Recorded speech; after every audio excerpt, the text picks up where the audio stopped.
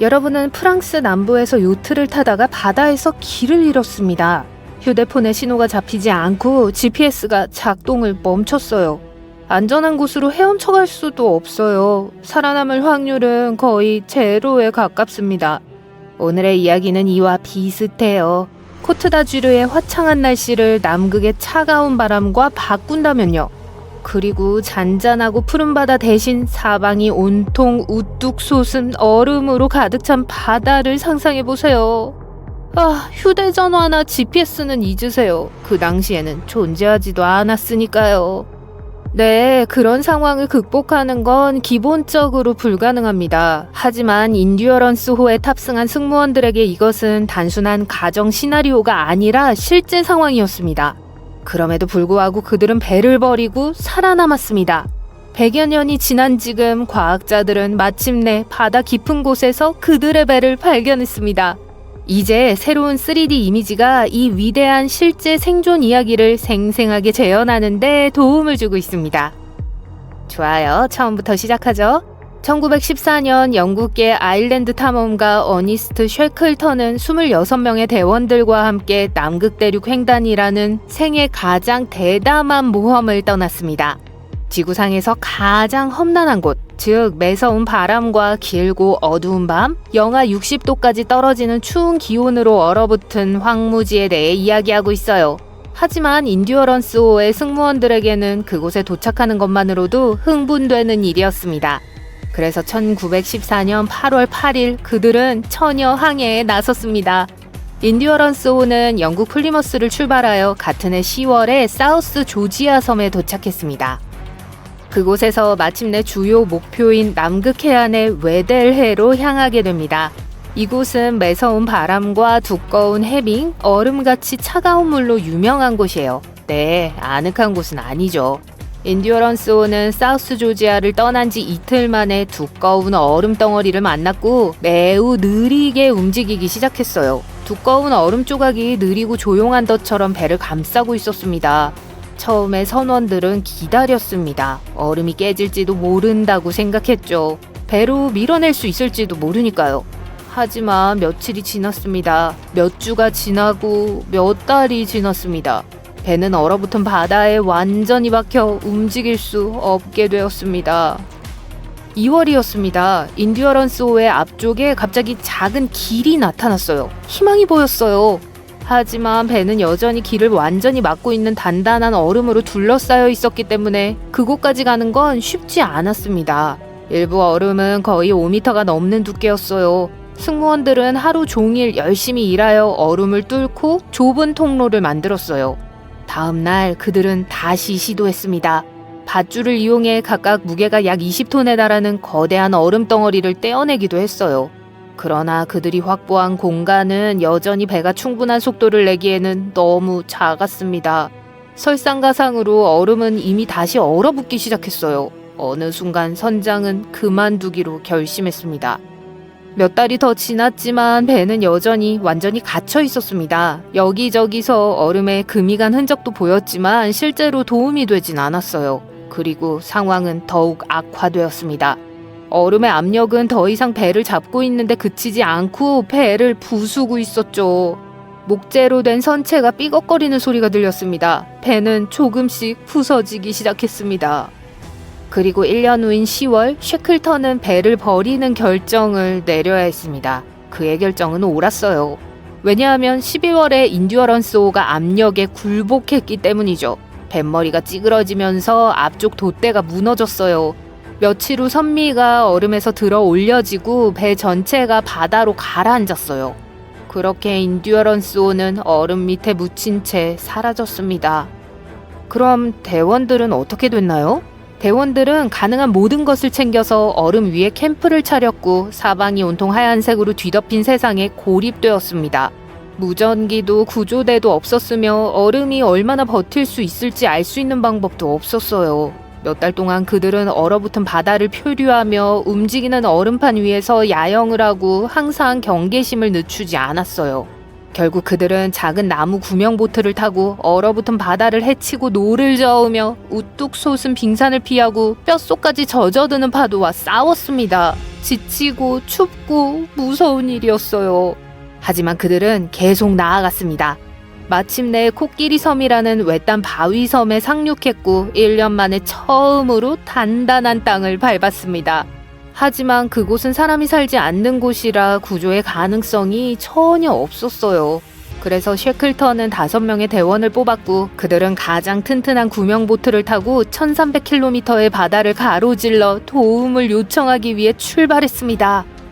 2주 이상 걸린 여정 동안 폭풍 우, 얼어붙는 물보라, 작은 건물만한 파도 등 인간을 미치게 할 수 있는 모든 것을 마주했어요. 하지만 쉐클턴은 긍정적인 태도를 유지했어요. 대원들을 잃을 수는 없었죠. 그의 놀라운 리더십 덕분에 대원들은 육지에 도착할 수 있었습니다. 그들은 사우스 조지아 섬에 상륙했지만 목적지와는 반대편에 있었어요. 결국 반대편에 있는 포경기지에 도착하려면 섬을 가로질러 36시간 동안 걸어야 했습니다. 다행히도 그들은 도착했습니다. 여러분이 그들의 입장이었다면 아마도 뜨거운 물로 샤워를 하고 몇 달 동안 이불 속에서 나오지 않았을 거예요.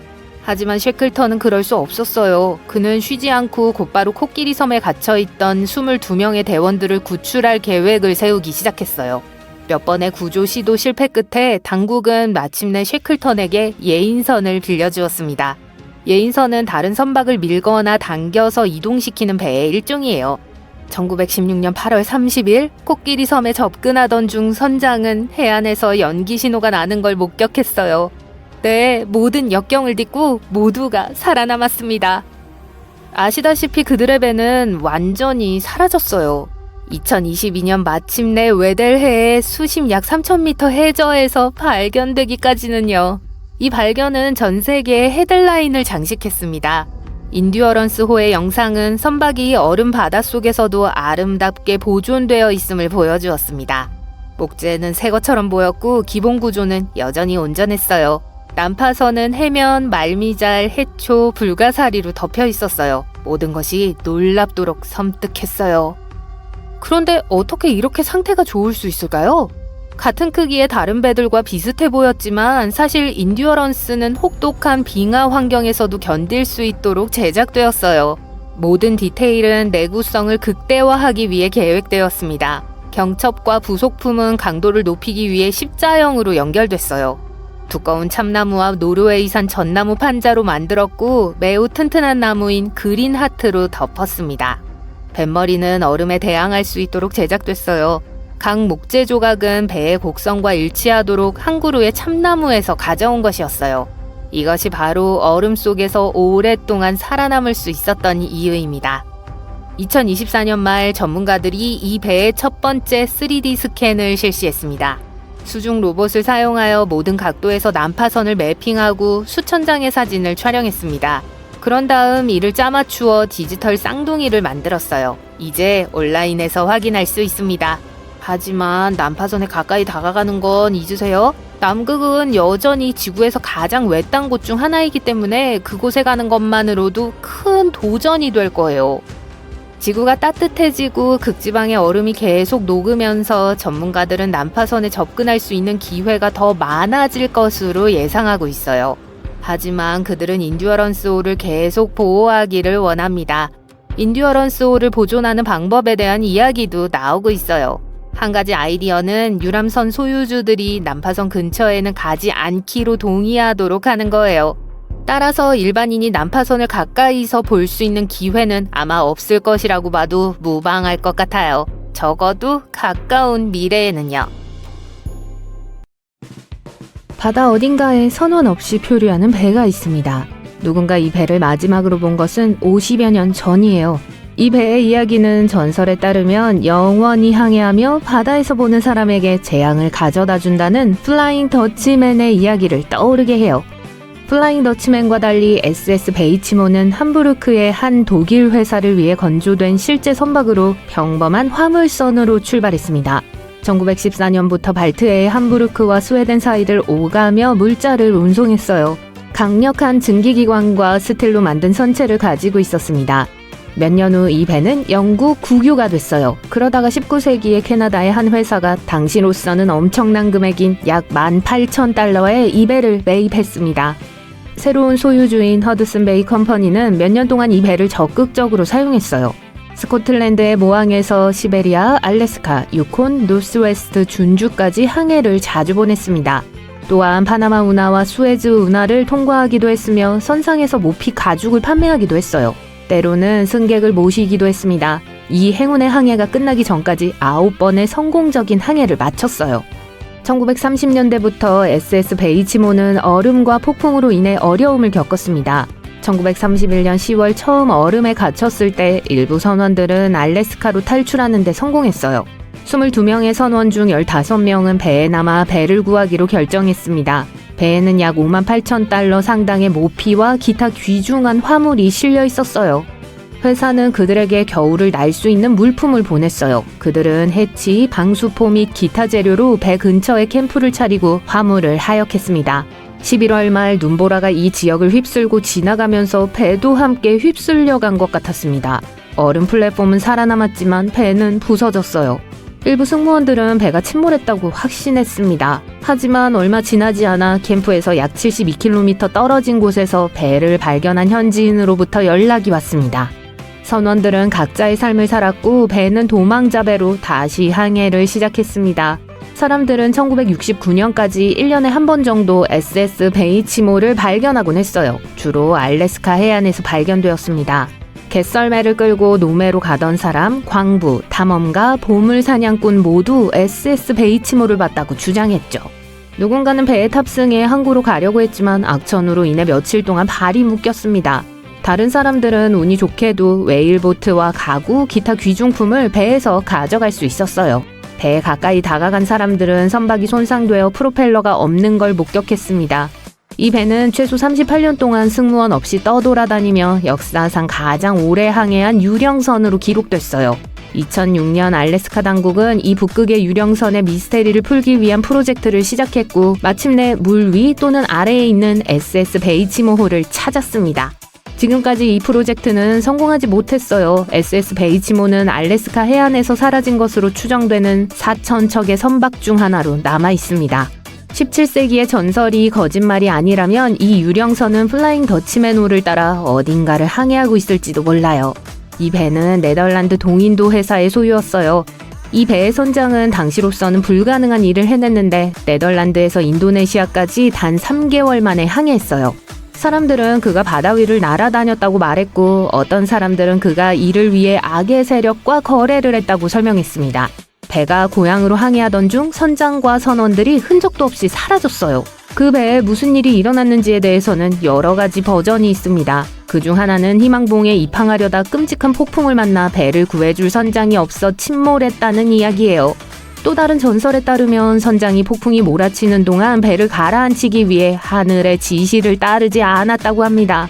그 후 무서운 빛의 형체가 배와 선원들을 덮쳤고 배는 영원히 쉬지 못하고 떠돌아야 하는 저주를 받았죠. 많은 선원들이 방황하는 더치맨을 목격했다고 주장했습니다. 영국의 왕이 될 요크 공작도 호주의 역에서 이 배를 봤다고 언급했어요. 배를 처음 발견한 사람은 돛대 꼭대기에서 떨어졌지만 살아남지 못했다고 해요. 20세기 중반까지 이 전설적인 배와 마주친 사례는 더 많았어요. 플라잉 더치맨이 갑자기 튀어나와 배들이 충돌할 뻔한 적도 있었죠. 과학자들은 이 수수께끼에 대해 파타 모르가나라는 보다 논리적인 설명을 내놓았습니다. 하쿠나 마타타랑 혼동하지 마세요. 더운 날 바다에 나가서 공기가 물결치면 마치 무더운 여름날 도로를 바라볼 때와 같은 느낌이 듭니다. 이는 대기 굴절이라는 현상 때문인데요. 빛이 온도와 밀도가 다른 여러 공기층을 통과할 때 구부러지고 뒤틀리게 돼요.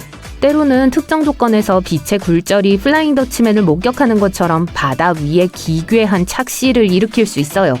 파타 모르나가 현상은 멀리 있는 물체가 일그러지거나 늘어나거나 심지어 수평선 위로 떠 있는 것처럼 보이게 만들 수 있습니다. 따라서 멀리 있는 배를 볼 수 있지만 빛의 굴절로 인해 물 위에 떠 있는 것처럼 보이거나 사라졌다가 다시 나타나는 것처럼 보일 수 있어요. 파타 모르가나는 극지방, 특히 온도가 균일한 큰 얼음판 위에서 가장 흔히 볼 수 있습니다. 하지만 더운 날에는 사막이나 호수 위 등 어디에서나 볼 수 있어요. 유령선에 대한 최초의 이야기는 고대 그리스와 로마 신화로 거슬러 올라갑니다. 역사상 가장 유명한 유령선 중 하나는 메리 셀레스토어예요. 이 브리건티는 뉴욕에서 제노아로 향하던 중 식량을 가득 싣고 있었지만 1872년 대서양에서 발견되었을 때 선원 한 명이 실종되었어요. 승무원들의 개인 소지품도 전혀 손상되지 않은 채 그대로 있었어요. 항해일지의 마지막 기록은 열흘 전에 작성됐습니다. 승무원들에게 무슨 일이 일어났는지는 아직 알려지지 않았는데요. 이 배는 많은 으스스한 이야기와 전설에 영감을 주었습니다. 레이디 러비본드호는 18세기 중반 켄트 해안에서 난파된 것으로 추정되는 또 다른 전설적인 스쿠너였어요. 이 배의 선장 사이먼 리드가 막 결혼한 신부를 데리고 불운을 불러올 수 있다는 미신에도 불구하고 축하 크루즈 여행을 떠났다는 이야기가 전해져 내려옵니다. 포르투갈로 향하던 중 선장의 새 아내와 사랑에 빠진 1등 항해사가 질투심에 미쳐 다른 선원을 공격한 후 조타수를 맡아 배를 무서운 굳은 샌드 속으로 직진시켰습니다. 탑승객 중 아무도 살아남지 못했고 이 스쿠너는 50년마다 유령선으로 다시 나타난다고 하네요. 오늘날에는 많은 선박이 버려져 고의로 유령선으로 변해요. 미국의 강, 호수, 수로, 연안 해역에는 수천 척의 유령선이 떠다니고 있어요.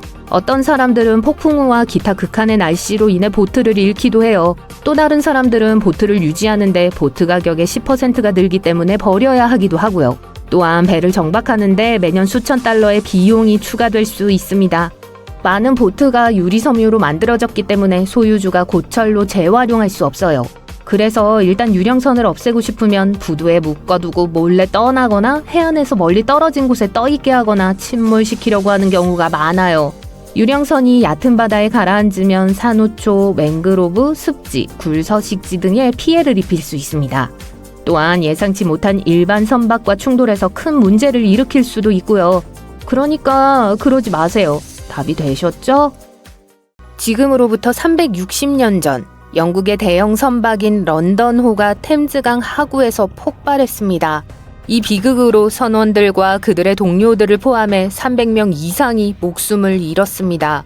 이 모든 일이 일어난 원인을 정확히 아는 사람은 아무도 없지만 과학자들은 마침내 진실에 가까워지고 있습니다. 다이버들은 우연히 배에서 매우 잘 보존된 청동 대포를 발견했습니다.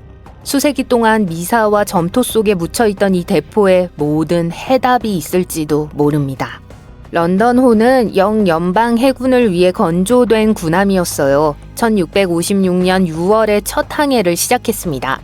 이 배는 1660년 찰스 2세를 데려와 왕위에 복귀시키기 위해 네덜란드로 향하는 호송대의 일원으로 영국 역사에서 큰 역할을 했습니다. 5년 후인 1665년 3월에는 채텀에서 호프까지 여행 중이었습니다.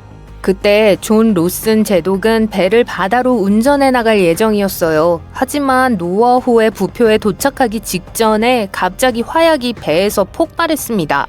원형 하우스와 마차에 타고 있던 25명 정도는 살아남았지만 300명 이상이 익사했습니다. 배는 두 조각으로 부서졌습니다.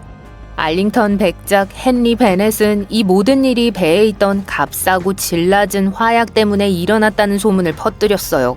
당시 전문가들이 난파선을 조사한 결과 대포는 인양할 수 있지만 배 자체는 완전히 손실되었다고 결론을 내렸습니다. 이후 1679년 누군가가 대포 일부를 회수했을 때 전혀 관련이 없는 빚을 갚는 데 사용하려 했다는 스캔들이 발생했습니다. 2005년 다이버들이 런던호를 재발견했습니다. 이를 보호하기 위해 항만 당국은 항로를 옮기고 고고학자팀이 탐사 작업에 착수했습니다. 이 난파선은 영국 해군의 역사에 대한 진정한 통찰력을 제공한다는 점에서 큰 의미가 있습니다. 템즈 강 어귀의 시야는 끔찍할 수 있습니다. 때로는 눈앞 46cm도 보이지 않을 때도 있습니다. 조수 간만의 차가 심하고 거대한 화물선이 끊임없이 지나가는 바쁜 선박 항로가 가까이 있기 때문에 현장에서 작업하는 것도 매우 힘들었습니다. 따라서 대포가 갑자기 진흙 깊숙이 박힌 채 나타난다는 건 조건이 절대적으로 완벽해야 한다는 걸 의미했습니다. 전문가들은 이 유물을 영연방시대의 것으로 추정하며 길이가 약 2.5m 정도인 중간 크기라고 말합니다. 런던호를 위해 특별히 제작된 특수 세트의 일부로 배의 하갑판에 설치되었습니다. 런던호의 모든 함포는 해군 역사상 각기 다른 국가와 다른 시대에서 사용되었기 때문에 모든 함포가 유일무이한 것이었습니다. 대형 대포는 엄청난 양의 청동이나 철이 필요하고 일일이 주조해야 했기 때문에 매우 희귀하고 제작 비용이 엄청나게 비쌌습니다. 그래서 해군은 종종 납포한 라이벌 함선이나 오래된 난파선, 퇴역한 선박에서 대포를 가져왔습니다. 이 새로운 발견은 과학자들이 런던 탐사의 미스테리를 푸는 데 도움이 될 수 있는 단서 중 하나입니다. 지금까지 발견된 유품은 가죽 신발, 악기 조각, 나무 도구, 밧줄, 나침반 등입니다. 이 모든 유물들은 이들에게 퍼즐 조각과도 같습니다. 아직 확실한 증거는 없지만 파이프와 양초가 더 큰 폭발을 일으킨 화염의 근원일 수 있다고 합니다. 런던에서 남동쪽으로 약 96km 떨어진 영국 남동부 인근에 침수된 채석장에서 일부 작업자들이 또 다른 놀라운 발견을 했습니다. 그들은 가장 가까운 해안선에서 수백 미터 떨어진 곳에서 희귀한 엘리자베스 시대 선박의 잔해를 우연히 발견했습니다. 1500년대 후반에 배를 발견한 것은 큰 의미가 있는 일이었습니다. 당시의 선박이 거의 살아남지 못했기 때문이죠. 이 유적지를 연구하면 과학자들이 영국이 유럽 무역의 주역이 되었던 역사상 중요한 시대에 대한 몇 가지 중요한 질문에 답하는 데 도움이 될 수 있습니다. 오늘날 채석장은 바다에서 약 305m 떨어져 있습니다. 하지만 1500년대에는 실제로 해안선의 일부였습니다. 고고학자들은 배가 바위가 많은 곳에서 난파했거나 더 이상 항해하기에는 너무 손상되어 누군가 그곳에 버린 것으로 추정하고 있습니다. 과학자들은 아직 이 배의 정체를 밝히지 못했지만 100개가 넘는 나무 선체 조각을 연구하고 나이테를 판독한 결과 1558년에서 1580년 사이에 베어낸 영국 참나무로 지어졌다는 사실을 알아냈어요. 당시 북유럽은 널빤지를 물고기 비늘처럼 겹쳐서 만드는 기존의 클링커 방식에서 널빤지를 매끄럽고 평평하게 만들어 내부 프레임에 못을 박는 지중해의 카벨 스타일로 전환하고 있었습니다.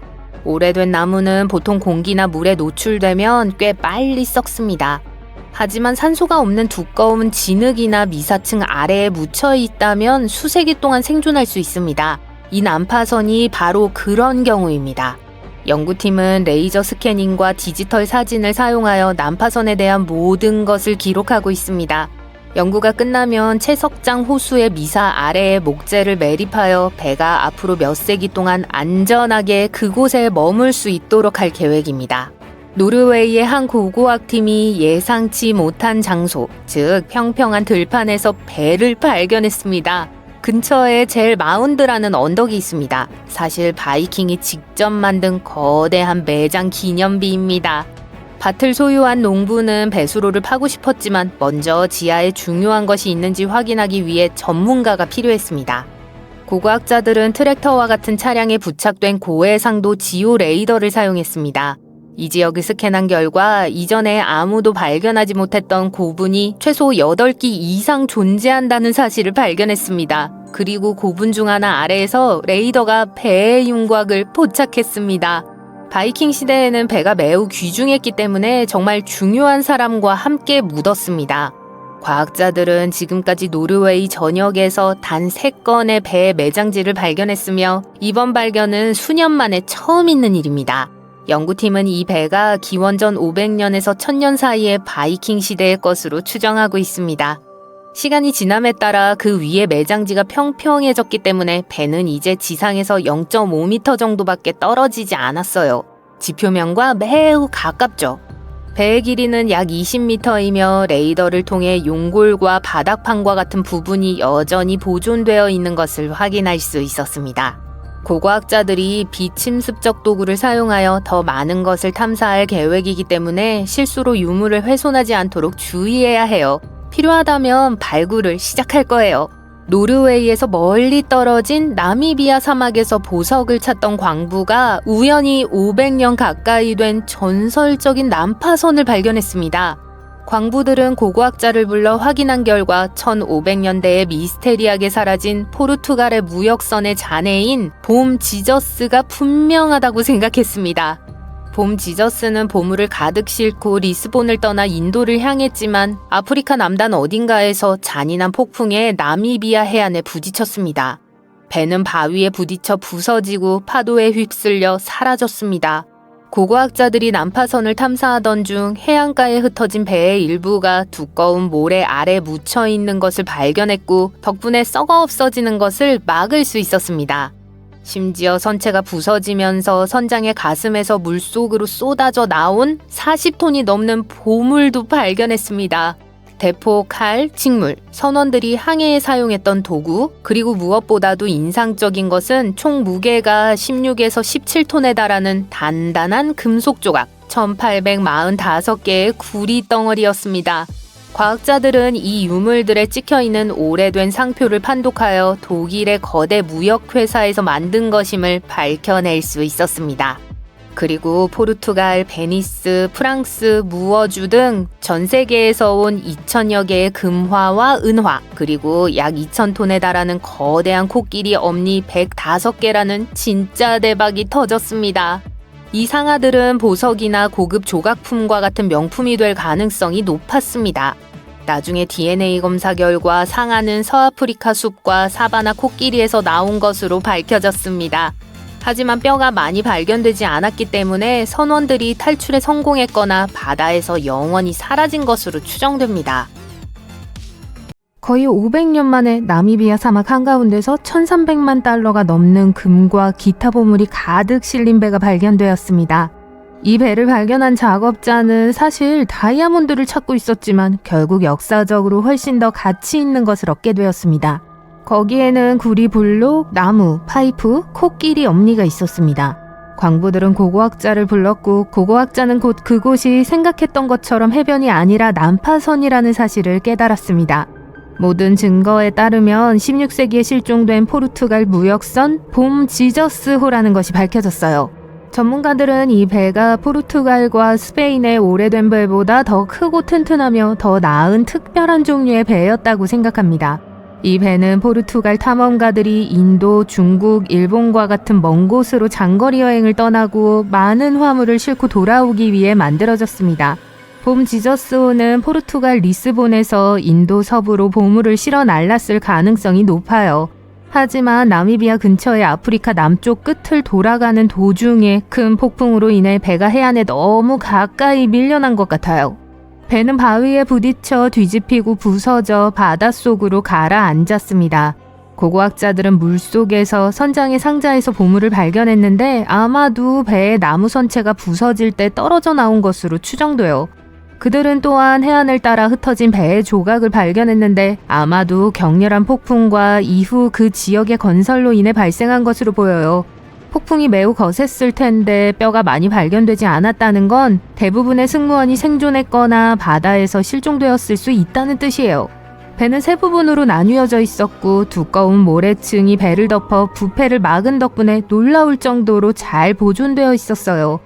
난파선을 연구한 고고학자들은 40톤이 넘는 화물을 발견했습니다. 대포, 칼, 납과 주석 같은 금속 블록, 직물, 선원들이 바다를 항해할 때 사용했던 도구 등이 발견되었습니다. 가장 흥미진진한 발견은 총 무게가 16에서 17톤에 달하는 1845개의 구리 덩어리였어요. 이 구리 덩어리, 그러니까 순수한 금속 조각은 배의 선체와 모래층이 바닷물로부터 보호해 주었기 때문에 여전히 훌륭한 상태를 유지하고 있습니다. 과학자들은 현장에서 상표를 판독하여 독일의 부유한 무역회사에서 만든 배라는 사실도 알아냈어요. 또한 여러 나라의 반짝이는 금화와 은화 2,000여 개와 무게가 약 2톤에 달하는 거대한 코끼리 엄니 105개도 있었어요. 이 코끼리 엄니는 목적지에서 보석이나 조각품과 같은 사치품이 되었을 가능성이 높아요. 고고학자들은 이 엄니에서 DNA 샘플을 채취하여 서아프리카 숲과 사바나 코끼리에서 나온 것으로 밝혀졌습니다. 연구원들의 운이 좋았던 건지 이 배는 다이아몬드 채굴이 제한된 지역에서 발견됐어요. 어떤 약탈자들도 보물을 손에 넣을 수 없었어요. 봄 지저스는 사하라 사막 이남 아프리카 서부 해안에서 발견된 난파선 중 가장 오래되고 가치 있는 난파선으로 남아 있습니다. 최근 우연히 발견된 또 다른 난파선은 카스피해 인근의 3m 높이의 모래 언덕 아래에 묻혀 있었어요. 카스피해는 세계에서 가장 큰 호수라고 불리는데 기상 패턴의 변화로 인해 시간이 지남에 따라 수위가 오르락 내리락 합니다. 이러한 변화는 모래를 이동시키고 해안을 따라 이 난파선이나 다른 보물들을 발견할 수 있어요. 모래 언덕이 서서히 사라지면서 배가 보이기 시작했어요. 난파선을 발굴하기 전에 과학자들은 바다의 파도가 난파선을 손상시킬까 걱정했습니다. 이를 보호하기 위해 수천 개의 모래주머니로 벽을 만들어 파도를 막았어요. 배를 발견했을 때 그들은 이 배가 튼튼한 이중선체를 가진 28m 길이의 돛대 3개가 달린 상선이라는 사실을 발견했어요. 목재 샘플을 통해 이 배가 볼가강 지역이나 코카서스의 스코틀랜드 나무, 가문비나무, 낙엽송 등의 나무로 18에서 19세기에 건조된 것을 발견했습니다. 심지어 같은 지역에서 생산된 메밀과 식물도 발견되었는데 아마도 선원들의 식량으로 거래되거나 사용되었을 거예요. 이는 이 배가 한때 카스피해를 항해하던 상선 무리의 일부였음을 증명합니다. 터키 연안에서 6m 아래 바다에 있던 아마추어 어부 구루칸 구루부즈는 거대한 금속 유골을 발견했습니다. 그는 수중 카메라를 가지고 있었기 때문에 발견 장면을 촬영하여 과학자들에게 가져갔어요. 과학자들은 즉시 조사를 시작했고 20세기 초반의 난파선임이 틀림없다는 사실을 알게 되었습니다. 이 배는 보급품을 전달하는 중요한 임무를 수행했지만 흔적도 없이 사라진 오스만 제국의 배 중 하나일 수 있어요. 과학자들은 이 흑해 난파선의 미스테리에 대해 더 자세히 알아보기 위해 이 난파선을 자세히 연구할 수 있는 허가를 받았습니다. 그들은 배 자체의 상태가 끔찍하고 작업하기 까다롭기 때문에 조선소 문서를 찾아 해답을 찾기를 희망하고 있어요. 석유 및 가스회사 소속의 로봇 잠수부가 지중해 동부의 해저에서 온전한 고대 저장 항아리 수백 개를 발견했습니다. 전문가들은 이 항아리들이 3300년 전의 것으로 추정하고 있어요. 따라서 심해에서 가장 오래된 난파선을 발견한 셈이죠. 이 항아리들은 아마도 기름이나 과일과 같은 농산물을 저장하는 데 사용되었을 거예요. 이는 고대인들이 해상무역을 조직하고 놀라운 항해 기술을 가지고 있었다는 걸 증명합니다. 고대 선원들은 어떤 해안도 보이지 않는 지중해를 횡단할 수 있었던 것 같아요. 그들이 볼 수 있는 것은 수평선 뿐이었기 때문에 태양과 다른 별들을 이용해 길을 찾았을 거예요. 고고학자들은 시칠리아 해안 모래와 바위 6m 아래에서 어떤 재료로 만들어졌는지조차 알 수 없을 정도로 오래된 난파선을 발견했습니다. 고고학자들은 이 배가 기원전 5세기 또는 6세기에 만들어진 것으로 추정하고 있는데 이는 2500년이 넘은 배라는 뜻이에요. 이 고대 배는 혼자가 아니었어요. 연구원들은 또한 인근에서 7세기경에 만들어진 거꾸로 된 T자 모양의 철제 닷 2개와 선사시대의 돌닷 4개를 발견했습니다. 돌닷 중 하나는 부러져 있었는데 해저에 고정하기 위해 나무 조각이 붙어 있었을 수도 있어요. 연구진은 배 자체가 온쉘 기법을 사용하여 건조되었다는 사실을 알아냈어요. 배의 나무 판자는 아주 단단하게 연결되어 있어 배를 스스로 지탱할 수 있었고 배를 더 튼튼하게 만들기 위해 빔이 추가되었습니다. 안타깝게도 이 배의 나무 선체는 나무를 먹는 작은 바다 생물들이 수년에 걸쳐 손상시켰기 때문에 현재 매우 취약한 상태예요. 과학자들은 이 배를 연구하면서 배가 부서지지 않도록 각별한 주의를 기울이고 있어요. 이 발견은 시칠리아가 무역에서 매우 중요했던 시기에 건조되었기 때문에 큰 의미가 있습니다. 당시 그리스와 푸닉은 로마가 지중해의 지배자가 되기 훨씬 전부터 바다를 장악하려고 노력했습니다. 과학자들은 이 배를 연구함으로써 고대의 사람들이 어떻게 여행하고 교역했는지에 대해 더 많이 알 수 있기를 바랍니다. 케냐 해안에서 발견된 또 하나의 난파선은 바스코 다 가마의 마지막 항해에서 나온 난파선일 수 있어요. 이 포르투갈 탐험가는 희망봉을 지나 바다를 통해 인도에 도착한 최초의 유럽인이었습니다. 현지 어부들이 문제의 난파선을 발견한 것은 2013년이었어요.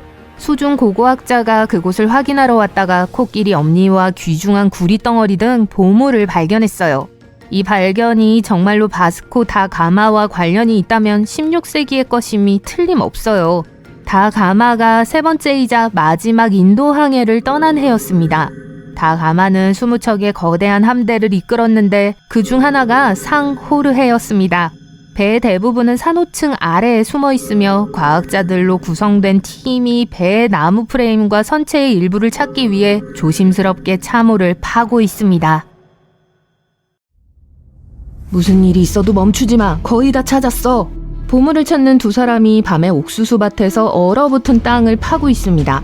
비가 세차게 내리고 번개가 번쩍이지만 두 사람은 일을 계속해요. 그러던 중 삽이 단단한 무언가에 부딪힙니다. 말도 안 돼. 보물상자예요. 그들은 더 빨리 땅을 파기 시작하고 배의 엔진 조각을 발견합니다. 이게 뭐지? 바다와 호수에서 멀리 떨어진 캔자스 시티의 들판 아래 어딘가에서 거대한 침몰선을 발견한 거예요. 이게 어떻게 가능할까요? 이제 알게 되실 거예요. 어떤 사람들은 지하에 보물이 있는 난파선을 찾는데 평생을 바칩니다. 탐험가 데이비드 홀리도 그중 한 명이에요. 그는 수년 동안 바다, 강, 대양에서 멀리 떨어진 곳에서 그런 배를 찾고 있습니다. 그는 그런 모험의 느낌을 좋아하는 사람이죠. 이 배의 화물칸에는 금, 골동품, 유물이 담긴 상자가 있을 수 있습니다. 그리고 그것들을 통해 많은 돈을 벌 수 있어요. 데이비드는 침몰한 배를 찾기 위해 바다에 들어갈 필요는 없다고 말합니다. 집 뒷마당에 누워있을지도 몰라요. 하지만 왜 배는 들판, 농장, 평원 사이로 지하에 묻히게 될까요? 증기선 그레이트 화이트 아라비아호의 예를 통해 알아보세요. 오래전 기록과 신문 스크랩에 따르면 이 배는 1856년 침몰하기 전까지 약 200톤의 보물을 싣고 있었다고 합니다. 많은 소문과 지역 전설에 따르면 이 배는 캔자스 시티에서 북동쪽으로 몇 킬로미터 떨어진 지하에 잠겨 있다고 해요. 19세기 후반에 사람들이 미주리 강의 강바닥과 수로를 의도적으로 변경했기 때문에 그곳에 있게 됐다고 하네요. 그들은 인위적으로 기슭을 서로 더 가깝게 만들었습니다. 강을 좁히고 유속을 높여 보트가 훨씬 더 빠르게 항해할 수 있도록 했죠. 19세기에는 증기선이 승객과 물품을 운송하는 가장 인기 있는 수단이었어요. 철도가 생기기 전에는 미시시피 강과 미주리 강을 가로질러 서부 경계를 확장하고 사람들에게 보급품을 가져다 주었어요. 그렇기 때문에 이동 속도를 높이는 것이 매우 중요했습니다. 1856년 9월 5일 아라비아호는 하구를 따라 항해하고 있었습니다. 그러던 중 물 밖으로 튀어나온 걸림돌을 발견했어요. 통나무 조각이 배를 순식간에 침수시켰습니다. 다행히 승객들은 모두 대피했어요. 하지만 증기선과 귀중한 화물은 몇 분 만에 미주리 강바닥에 닿았습니다. 몇 년이 지났습니다. 모두가 배에 대해 잊어버렸죠. 이 기간 동안 미주리 강의 흐름은 바뀌었습니다. 하지만 아라비아호는 여전히 축축한 진흙탕 바닥 아래에 남아 있었습니다. 그 위에 토양 수위는 점점 높아졌고 땅은 수분을 잃고 있었어요. 결국 수십 년이 지난 후 침몰한 배 위에 옥수수밭이 형성되었습니다. 1980년대에 한 농부가 이 지역을 소유하고 있었어요. 그리고 그는 자신의 땅에 무엇이 숨어 있는지 전혀 몰랐죠. 데이비드 홀리는 미국에서 침몰한 선박의 역사를 주의 깊게 연구했습니다. 그는 미주리 전역에서 수백 척의 증기선이 물속에 가라앉았다는 사실을 알고 있었어요. 하지만 무엇보다도 그는 아라비아의 금과 기타 귀중한 물건이 가득하다는 소문이 있었기 때문에 아라비아에 관심이 있었어요. 캔자스의 옥수수밭은 광활했지만 데이비드 홀리는 제대로 수색하는 방법을 알고 있었습니다. 1987년 그는 일을 시작했습니다. 먼저 그의 형, 아버지와 함께 오래된 신문에서 찾을 수 있는 모든 스크랩을 수집했어요. 그들은 증기선에 대한 정보뿐만 아니라 미주리 강의 지도도 찾고 있었습니다.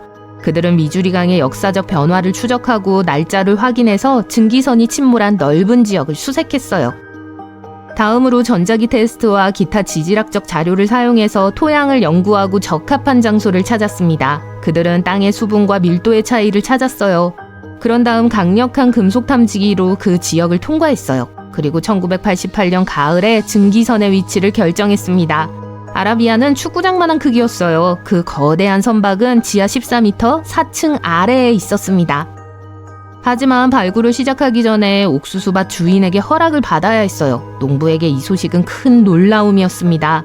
그는 새 작물을 파종할 수 있도록 봄까지 굴착을 완료한다는 조건으로 동의했어요. 겨울에 거대한 배를 파는 것은 다른 때보다 훨씬 더 어렵고 비용이 많이 듭니다. 여기에는 추가 장비, 전기 및 난방 비용이 포함돼요. 팀은 밤낮으로 일했습니다. 발굴에 필요한 자금은 모두 사비로 충당했어요. 각자 $10,000 이상을 투자하고 은행 대출을 받았습니다. 마침내 그들은 배의 첫 번째 세부 사항을 발견했습니다. 삽이 거대한 엔진 보일러와 갑판에 부딪혔습니다. 목표는 달성됐어요. 침몰한 배 안에 있던 대부분의 화물은 녹과 포탄, 진흙으로 덮여 있었고 심하게 손상되어 있었어요. 130년 전에 침몰한 배라는 점을 감안하면 아라비아호의 내용물은 매우 양호한 상태였어요. 불행히도 그들은 금상자를 찾지 못했습니다. 하지만 그들은 19세기 중반에 살았던 사람들의 생활용품인 몇 톤의 다른 귀중한 화물을 얻었어요. 바로 타임캡슐이었죠. 이 배는 수천 명의 사람들을 위한 보급품을 싣고 있었어요. 그리고 이 모든 것들이 완벽하게 보존되어 있었습니다. 예를 들어 고무신 한 켤레에는 구디어 고무회사라는 브랜드 스탬프가 선명하게 찍혀 있었어요. 발굴이 계속될수록 데이비드와 그의 팀은 더 많은 것을 발견했습니다. 통에서 19세기의 접시를 발견했어요. 온전하고 사용 가능한 상태였어요. 또한 깨끗한 옷까지 수천 켤레의 신발, 작살, 프라이팬, 우산도 발견됐어요. 이 배는 약 16개의 작은 마을에 공급할 수 있는 화물을 싣고 있었습니다. 네, 금은 아니지만 그런 유물도 중요하죠. 배의 내용물은 수백만 달러의 가치가 있을 수 있습니다. 하지만 선원들은 이 물건들을 팔지 않기로 했어요. 그들은 캔자스시티의 옛 과일시장 부지에 박물관을 만들었습니다. 그곳에 가면 19세기의 백화점에 온 듯한 기분이 들 거예요. 수천 개의 물건이 좋은 상태로 전시되어 있습니다. 심지어 이곳의 성냥도 불을 붙일 수 있을 정도로 건조해요. 데이비드가 증기선의 전체 컬렉션을 선보이는 데는 수년이 걸렸습니다. 그는 물건 하나하나를 소중히 여기며 팔고 싶지 않다고 해요. 누구나 이곳에 와서 티켓을 지불하고 과거로 돌아갈 수 있습니다. 여러분 집 뒷마당에도 오래된 배가 숨어 있을지 누가 알겠어요.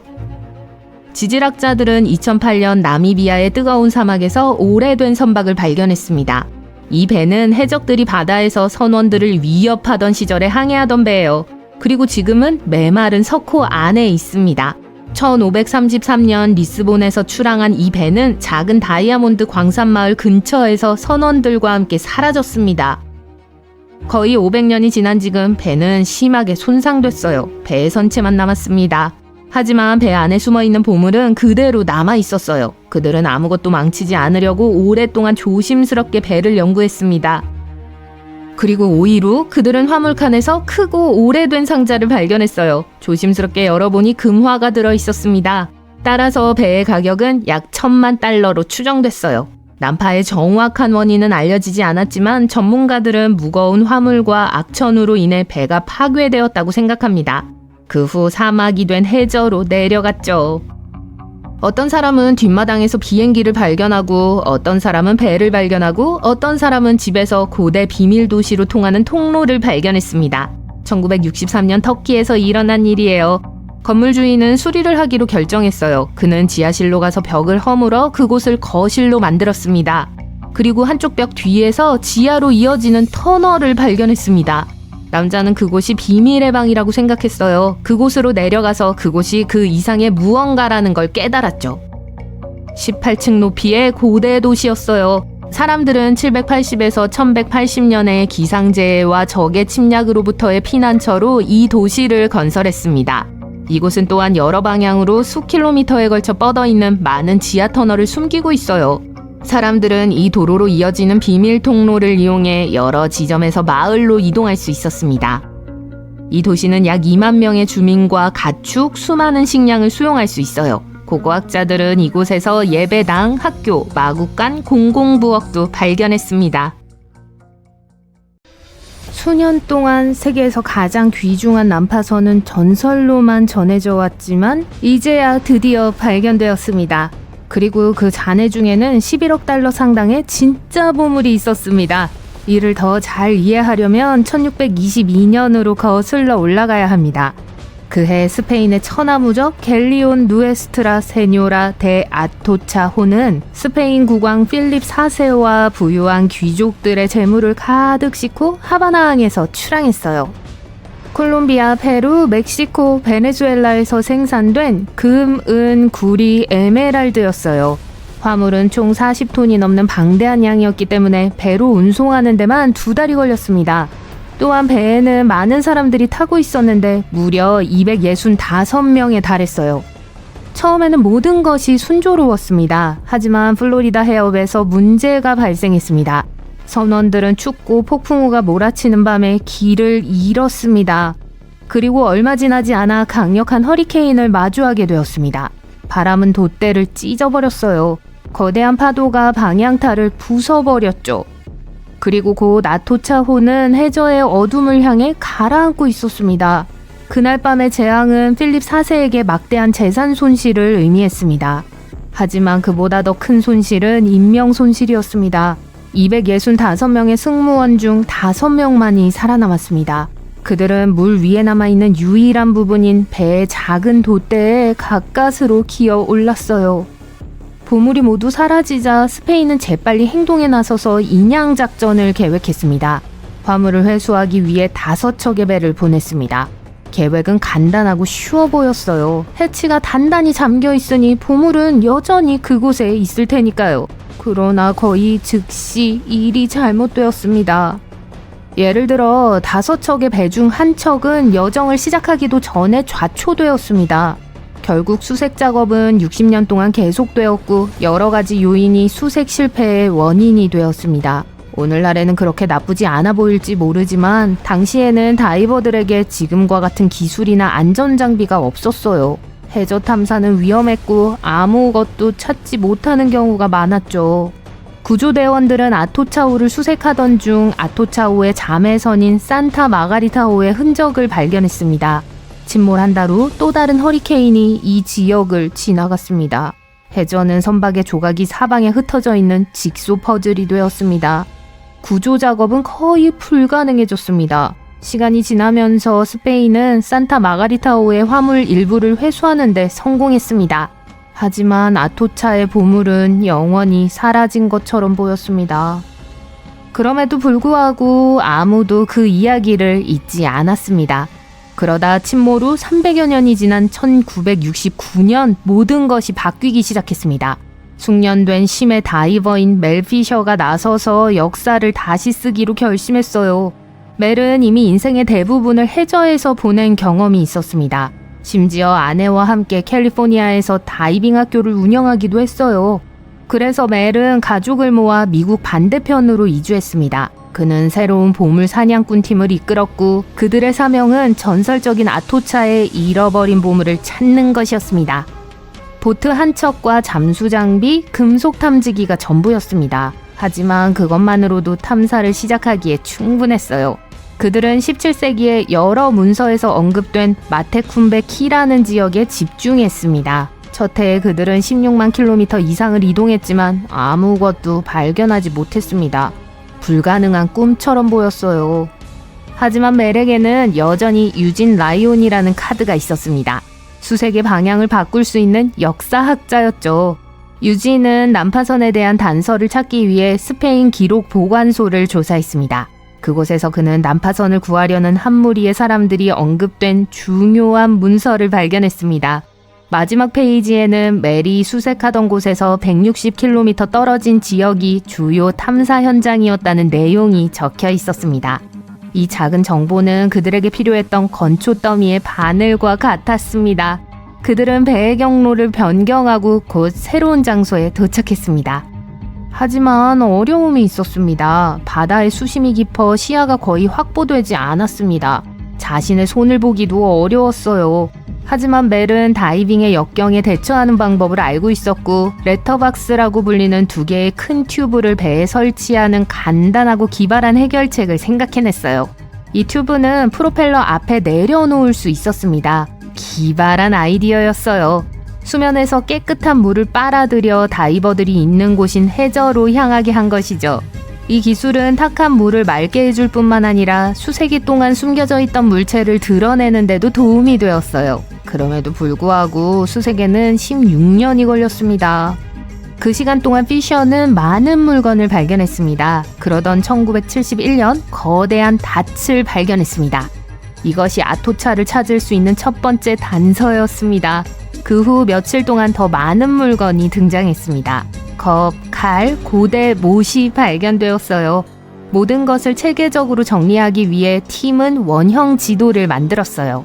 그 위에 발견한 각 물건의 정확한 위치를 표시했습니다. 또한 육지에서는 무선 송신기를, 배에서는 수신기를 사용하여 정확한 위치를 파악할 수 있었습니다. 이 시스템은 매우 효율적이어서 오차 범위가 0.3m에 불과한 위치를 측정할 수 있었습니다. 시간이 지나면서 지도 위에 아토차의 주요 보물이 숨겨져 있을 만한 곳을 가리키는 선이 생기기 시작했어요. 그들은 2년 동안 이 흔적을 따라갔어요. 희망을 잃기 시작할 때쯤 그들은 은괴를 발견했습니다. 1973년이었죠. 이를 계기로 더 큰 발견의 문이 열렸습니다. 은괴의 가치만 10만 달러가 넘었지만 진짜 보물은 아직 나오지 않았습니다. 1985년 7월 20일, 오늘날 약 11억 달러의 가치가 있는 귀중품이 마침내 배의 본체에서 발견되었습니다. 이 보물에는 은화 18만 개, 은괴 24톤, 금괴 125개, 진주 컬렉션, 에메랄드 30kg이 포함되어 있었습니다. 이 발견품 중 일부는 희귀성뿐만 아니라 그 역사성 때문에 더욱 값진 것이었습니다. 아토차 십자가, 왕실 구슬, 아토차 반지 등 3가지 왕실 유물은 거의 완벽한 상태로 발견되었습니다. 아토차 십자가는 모든 유물 중에서 가장 가치 있는 유물이었어요. 22캐럿 금에 9개의 화려한 녹색 에메랄드가 세팅되어 있었죠. 과거의 진정한 보물이 수중에서 수세기를 보낸 후 다시 한번 빛을 발한 것입니다. 발견 직후 플로리다주에서는 잠깐만, 우리도 그 보물의 일부를 얻어야 해 라고 생각했습니다. 그들은 가치의 무려 25%를 요구하며 법정까지 갔습니다. 이후 격렬한 법적 다툼이 이어졌고 8년 동안 지속되었습니다. 심지어 대법원까지 갔죠. 하지만 결국 보물 사냥꾼 멜이 승리했습니다. 그는 투나잇쇼에 초대되어 잔해에서 발견된 거대한 금사슬을 벨트처럼 허리에 감은 채 자랑하기도 했어요. 사람들은 이를 돈사슬이라고 불렀고 그럴 만한 이유가 있었죠. 이 대규모 발견은 2014년 기네스북에 세계에서 가장 가치 있는 난파선으로 선정되었습니다. 흥분이 가라앉은 후 멜은 보석 일부를 팔았지만 대부분의 보물은 한동안 집안에 남아 있었습니다. 남은 것은 경매에 붙여졌습니다. 보석이 얼마나 팔렸는지는 아무도 정확히 알 수 없지만 한 가지 확실한 것은 수년에 걸쳐 그 가치가 치솟았다는 것입니다. 단순히 반짝이는 보석만이 아닙니다. 보석 뒤에 숨겨진 전설에 관한 이야기입니다. 오늘날 이 보물들은 세계에서 가장 큰 아토차 유물 개인 소장품인 무조 컬렉션의 일부입니다. 그리고 이 유물들은 판매되지 않습니다. 하지만 좋은 소식은 여전히 볼 수 있다는 거예요. 콜롬비아의 유구한 역사와 그 유물이 나온 유명한 광산에 대한 경의를 표하는 의미로 전시되어 있습니다. 이 에메랄드들은 모곡의 루비나 카슈미르의 사파이어만큼이나 상징적인 보석이라고 사람들은 말합니다. 그리고 그들의 말이 맞아요. 영원히 사라지는 것은 없다고 하는데 사실이에요. 시간이 멈추어버린 배들을 봅시다. 첫 번째 건 대단히 매력적이에요. 여기 안티키테라 난파선이 있어요. 기원전 1세기의 그리스 무역선이죠. 에게해와 지중해의 합류 지점에 있는 그리스 안티키테라 섬의 동쪽에 있어요.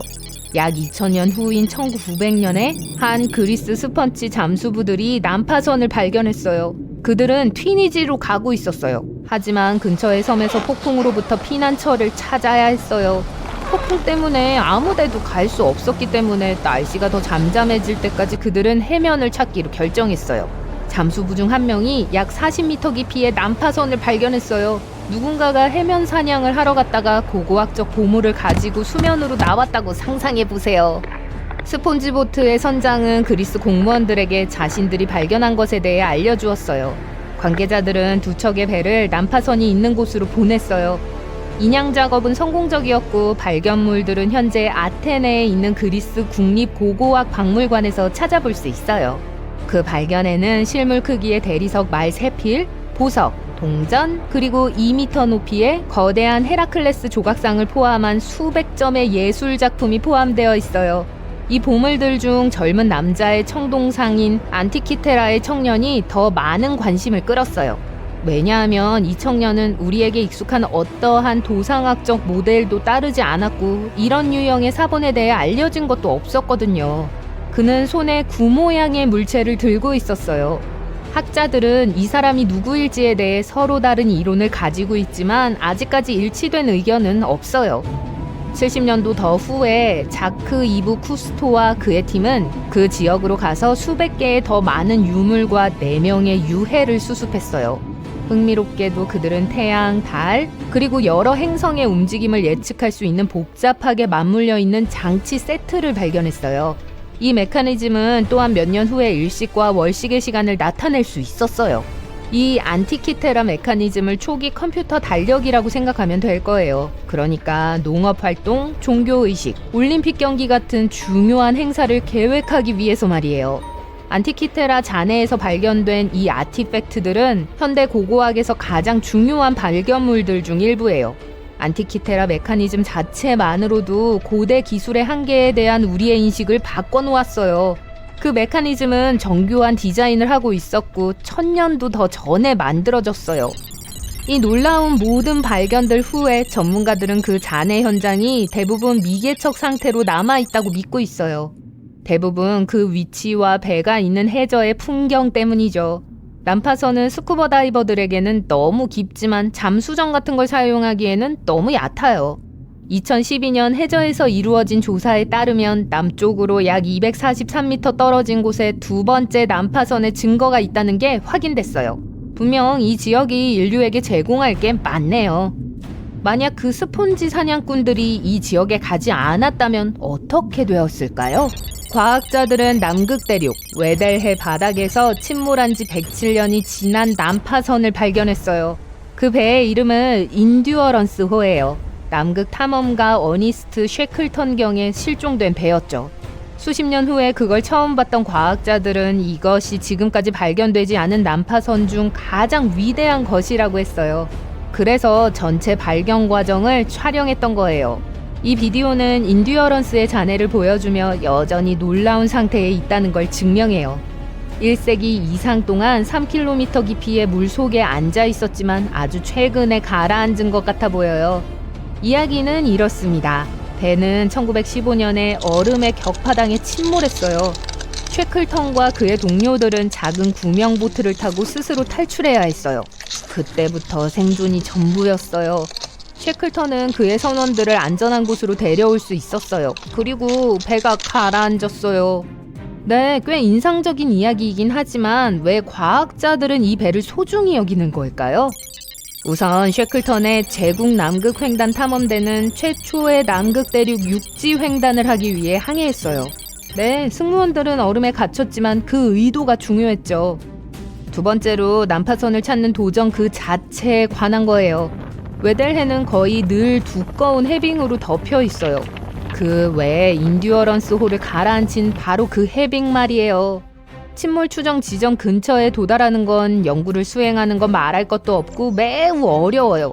현대 전시팀의 전문가들은 위성 사진을 이용해 남극 해빙의 가장 낮은 범위가 올 때를 예측했어요. 그들은 날씨가 탐험을 시작하기에 유리하다는 걸 알게 되었죠.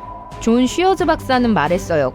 끊임없이 변화하는 해빙, 눈보라, 그리고 영하 17도로 내려가는 온도와 싸우면서 세계에서 가장 어려운 난파선 탐색을 성공적으로 완료했습니다. 이 정도 조건들이 자신들에게 유리했던 거라면 남극의 최악의 상황은 어떤 걸지 상상도 안 가네요. 마지막으로 이것 좀 보세요. 목재예요. 아주 온전하네요. 게다가 배의 이름도 읽을 수 있어요. 아직도 뚜렷해요. 해양 고고학자 맨선 바운드는 이게 자신이 발견한 것 중 가장 훌륭한 목조 난파선이라고 해요. 50년 경력의 소유자니까 전 그 사람의 말을 믿어요. 그래서 나무는 어떻게 안 썩었을까요? 심해 극지 생물학자인 미셸 테일러 박사는 남극에 숲이 없는 이 지역에는 나무를 쪼아먹는 동물들이 없기 때문에 나무가 거의 썩지 않았던 거라고 설명해요. 동세르비아의 탄광 노동자들은 적어도 1300년 동안 그곳에 있었던 3개의 난파선을 발견했어요. 가장 큰 난파선은 고대 로마 함대예요. 길이가 약 15m고 바닥이 평평해요. 이 배는 30에서 35명의 승무원을 태울 수 있을 것으로 추정돼요. 선체를 보면 수리 흔적이 보여요. 와, 이건 경력이 기네요. 아시다시피 우리에게 1000년 이상 전이 어땠을지에 대한 통찰력을 주죠. 반면에 두 척의 작은 배는 로마 국경을 공격하기 위해 슬라브족들이 썼던 배의 묘사와 일치해요. 이 두 배는 고대 강바닥의 진흙과 점토 아래에서 발견되었어요. 분명 그 당시에는 비미나시움 시티라고 불리는 곳에 로마 기지가 있었어요. 흥미롭게도 비미나시움은 기원 후 4세기에 약 4만 명의 주민이 살고 있는 지방의 수도였어요. 비교하자면 폼페이보다 훨씬 더 컸어요. 포스토락 탄광은 숨은 보석의 중심지예요. 고고학자들은 전에 이곳에서 고대 인간과 동물의 활동 증거를 발견했어요. 예를 들어 2012년에 전문가들은 약 10,000년 전에 멸종된 적어도 5마리의 털복숭이 매머드의 뼈를 발견했어요. 캐나다 고고학자들은 캐나다 북극해에서 실종된 지 150년 된 배를 발견했어요. 이 상선의 이름은 HMS 인베스티게이터고요. 북서항로 탐험에서 실종된 탐험가 존 프랭클린 경의 배를 찾기 위해 1848년에 구입됐죠. 그래서 HMS 인베스티게이터는 1850년에 이 구조 작업을 위해 영국을 떠났어요. 로버트 맥클루어 대위가 이끄는 탐험대원들은 인베스티게이터를 물속으로 항해시켰어요. 그는 자신이 북아메리카를 가로지르는 백길인 북서항로의 마지막 최종 경로에 있다는 걸 깨달았어요. 하지만 보퍼트해로 항해하기 전에 이 122톤짜리 배는 두꺼운 얼음에 갇혔습니다. 승무원들은 프린스 오브 웨일스 해협에서 겨울을 보냈어요. 다음 여름 맥클루어는 다시 항로의 끝으로 항해하려고 했지만 얼음이 그의 길을 또 막았어요. 여기서도 선원들은 배를 떠날 수밖에 없었어요. 그는 선원들을 머시만으로 이끌었어요. 그곳에서 HMS 레졸루트의 승무원들이 구조했을 때인 1853년까지 남아 있어야 했죠.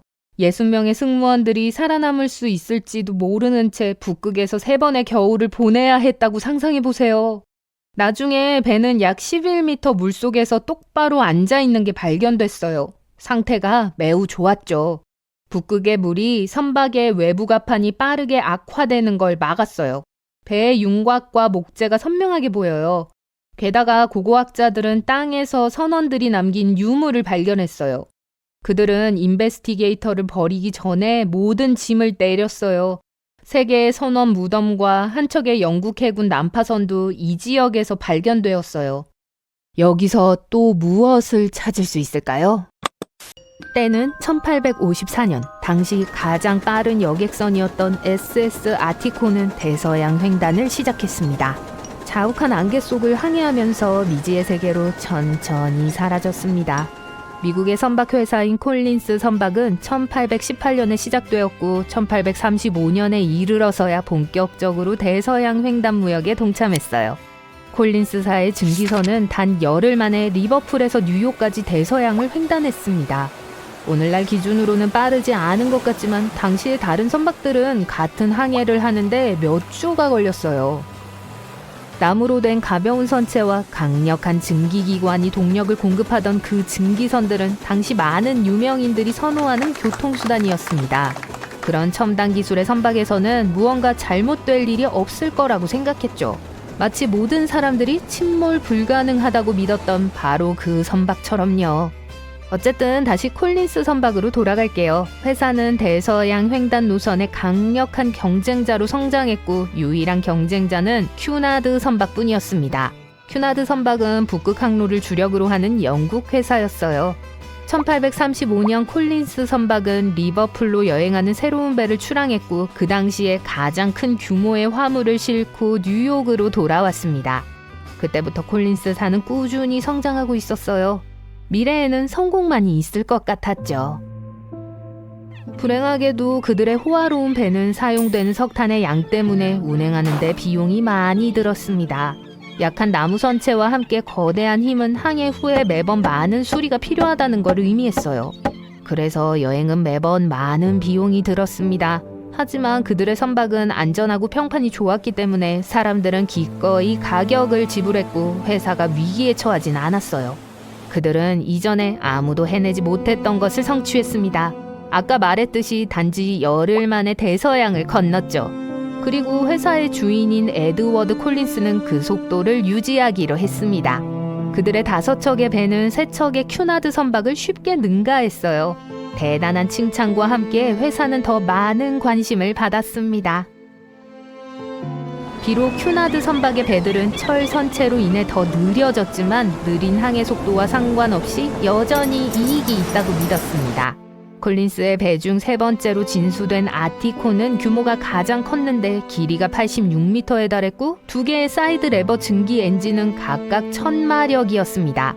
패들 휠은 전속력으로 1분에 16바퀴를 회전했습니다. 허술항 당시 언론은 그것을 지금까지 미국에서 건조된 선박 중 가장 놀라운 선박이라고 불렀어요. 하지만 화려함과 명성도 다음에 일어날 일을 피할 수 없었습니다. 9월 27일 아티코는 짙은 안개를 뚫고 빠른 속도를 유지하며 리버풀에서 뉴욕으로 이동 중이었습니다. 당시 4년간의 기록적인 여행을 마쳤던 선원들은 자신들의 항해술과 배를 과신했을 수도 있어요. 뉴펀들랜드에서 겨우 80km 떨어진 곳에서 그들은 모스코드 장비만 갖춘 채 무선 연락, 음파 탐지기와 같은 어떠한 식별 장치도 없이 안개 속을 부주의하게 항해했습니다. 어선으로 운영하던 작은 배 SS 베스타오는 종종 뉴펀들랜드 주변에서 작업을 했습니다. 아티코와 같은 경로를 지나다가 아티코 옆에 충돌했습니다. 충돌에 놀란 아티코 선장은 훨씬 더 작은 배였던 베스타에게 도움을 주었어요. 그러나 곧 아티코의 경미해 보였던 피해가 훨씬 심각했다는 것이 밝혀졌습니다. 수면 아래에서 구멍을 통해 선체로 물이 들어오고 있었죠. 훨씬 더 빠른 나무 선체는 이제 별 가치가 없는 것처럼 보였어요. 그들은 구멍을 막으려고 육지로 향했습니다. 하지만 잘 되지 않았고 바닷물이 계속 쏟아져 들어와 높이 차올라서 배가 아래로 가라앉기 시작했어요. 그리고 마지막으로 엔진룸이 물로 가득 차자 보일러가 꺼졌고 한때 전설이었던 아티코의 동력을 앗아갔습니다. 배가 천천히 움직이다가 완전히 멈췄어요. 배는 계속 가라앉았고 배를 포기하라는 명령이 내려졌습니다. 그 당시에 해양법은 아티코가 오직 6척의 구명정을 싣도록 했는데 그건 오직 180명의 사람들만 구할 수 있었어요. 승무원들과 일부 승객들은 구명정에 올라탔고 대부분의 좌석을 차지했습니다. 상황은 꽤 거칠었고 사람들은 여자와 아이들을 먼저 탑승하도록 하는 매너를 잊었죠. 아티코가 가라앉는 데는 4시간이 걸렸습니다.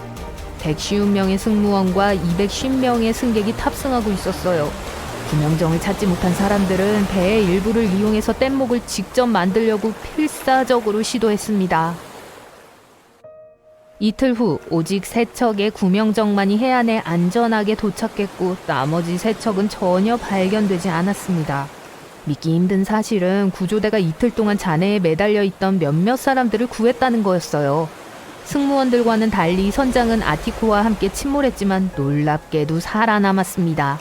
그는 탑승자 400명 중 살아남은 85명 중 1명에 불과했어요. 2주 후에 그 소식이 전해졌을 때 대중은 매우 슬픈 반응을 보였습니다. 곧 허술한 안전조치와 승무원들에게 큰 분노가 이어졌죠. 언론은 더 많은 구명정을 설치하도록 법을 바꾸라고 요구했습니다. 배에 탄 모든 사람들을 위한 충분한 수가 있어야 합리적이었어요. 하지만 그런 요청은 무시됐어요. 이러한 방치는 미래에 더 많은 재난을 초래하게 됩니다. 충분한 구명정이 해상법으로 제정된 것은 약 60년이 더 지난 후 타이타닉호의 참사가 일어난 후였습니다. 에드워드 콜린스의 아내와 2 아이도 배에 타고 있었고 돌아오지 못했습니다. 그는 절망했지만 사업을 멈추지 않았어요. 콜린스 선박은 여전히 대서양에서 가장 크고 빠르고 가장 호화로운 선박이라는 명성을 지켜야 했습니다. 에드워드 콜린스는 이제 다른 어떤 배보다 더 나은 배를 만들기로 했어요. 이 배는 아드리아티코로 명명되었고 세계에서 가장 큰 배였습니다. 108m의 길이였죠. 2개의 증기기관이 번갈아가며 작동했는데 그렇게 큰 규모는 이전에 없었습니다. 당시 이런 증기 엔진들은 엔지니어링의 최고로 여겨졌지만 오늘날에는 모델과 장난감에서만 볼 수 있어요. 2개의 돛대가 새로 추가되어 아드리아티코는 필요하다면 바람으로 항해할 수 있었습니다. 다행히도 아티코의 재앙으로부터 교훈을 얻었죠. 하지만 아드리아티코가 완성되기도 전에 또 다른 재앙이 발생했습니다. 아티코의 자매선도 침몰했어요.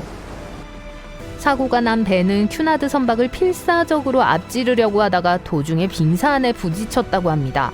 이 이상한 경주는 141명의 목숨을 앗아갔어요. 콜린스의 절망과 연약한 선체는 1858년 회사를 파산으로 내몰았습니다. 100만 달러가 넘는 비용으로 새로 건조된 아드리아호는 결국 한 번의 항해만 했을 뿐이었습니다. 그리고 그 항해조차도 재앙으로 여겨졌는데 배가 예인선과 충돌했어요. 하지만 여전히 그럭저럭 처녀 항해를 마칠 수 있었습니다. 회사가 파산한 후 그 배는 단지 5만 달러에 팔렸습니다. 거대한 엔진은 제거하고 돈만 남겨졌죠. 비록 한때는 공해상에서 가장 거대한 배였지만 겨우 30년 후에 버려지고 복구할 수 없는 것으로 판명되어 강에 닻을 내리게 되었습니다. 나머지 배들도 팔려서 부품으로 사용되었습니다. 에드워드 콜린스는 선박업계를 완전히 떠나 대신 육지에서 일을 구했습니다. 콜린스 선박이 더 이상 존재하지 않았기 때문에 큐나드 선박은 강하게 성장했어요. 경쟁 없이 향후 30년 동안 블루리본상을 받았고 180년간 수백 척의 선박을 생산했습니다. 대서양 횡단, 세계항해, 레저 유람선을 제공하며 여전히 항해를 계속하고 있어요. 오늘날까지도 큐나드 선박은 유럽과 미국 사이를 오가는 유일한 배입니다. 그리고 가장 빠른 것이 항상 최고는 아니라는 것을 보여주는 훌륭한 증거입니다.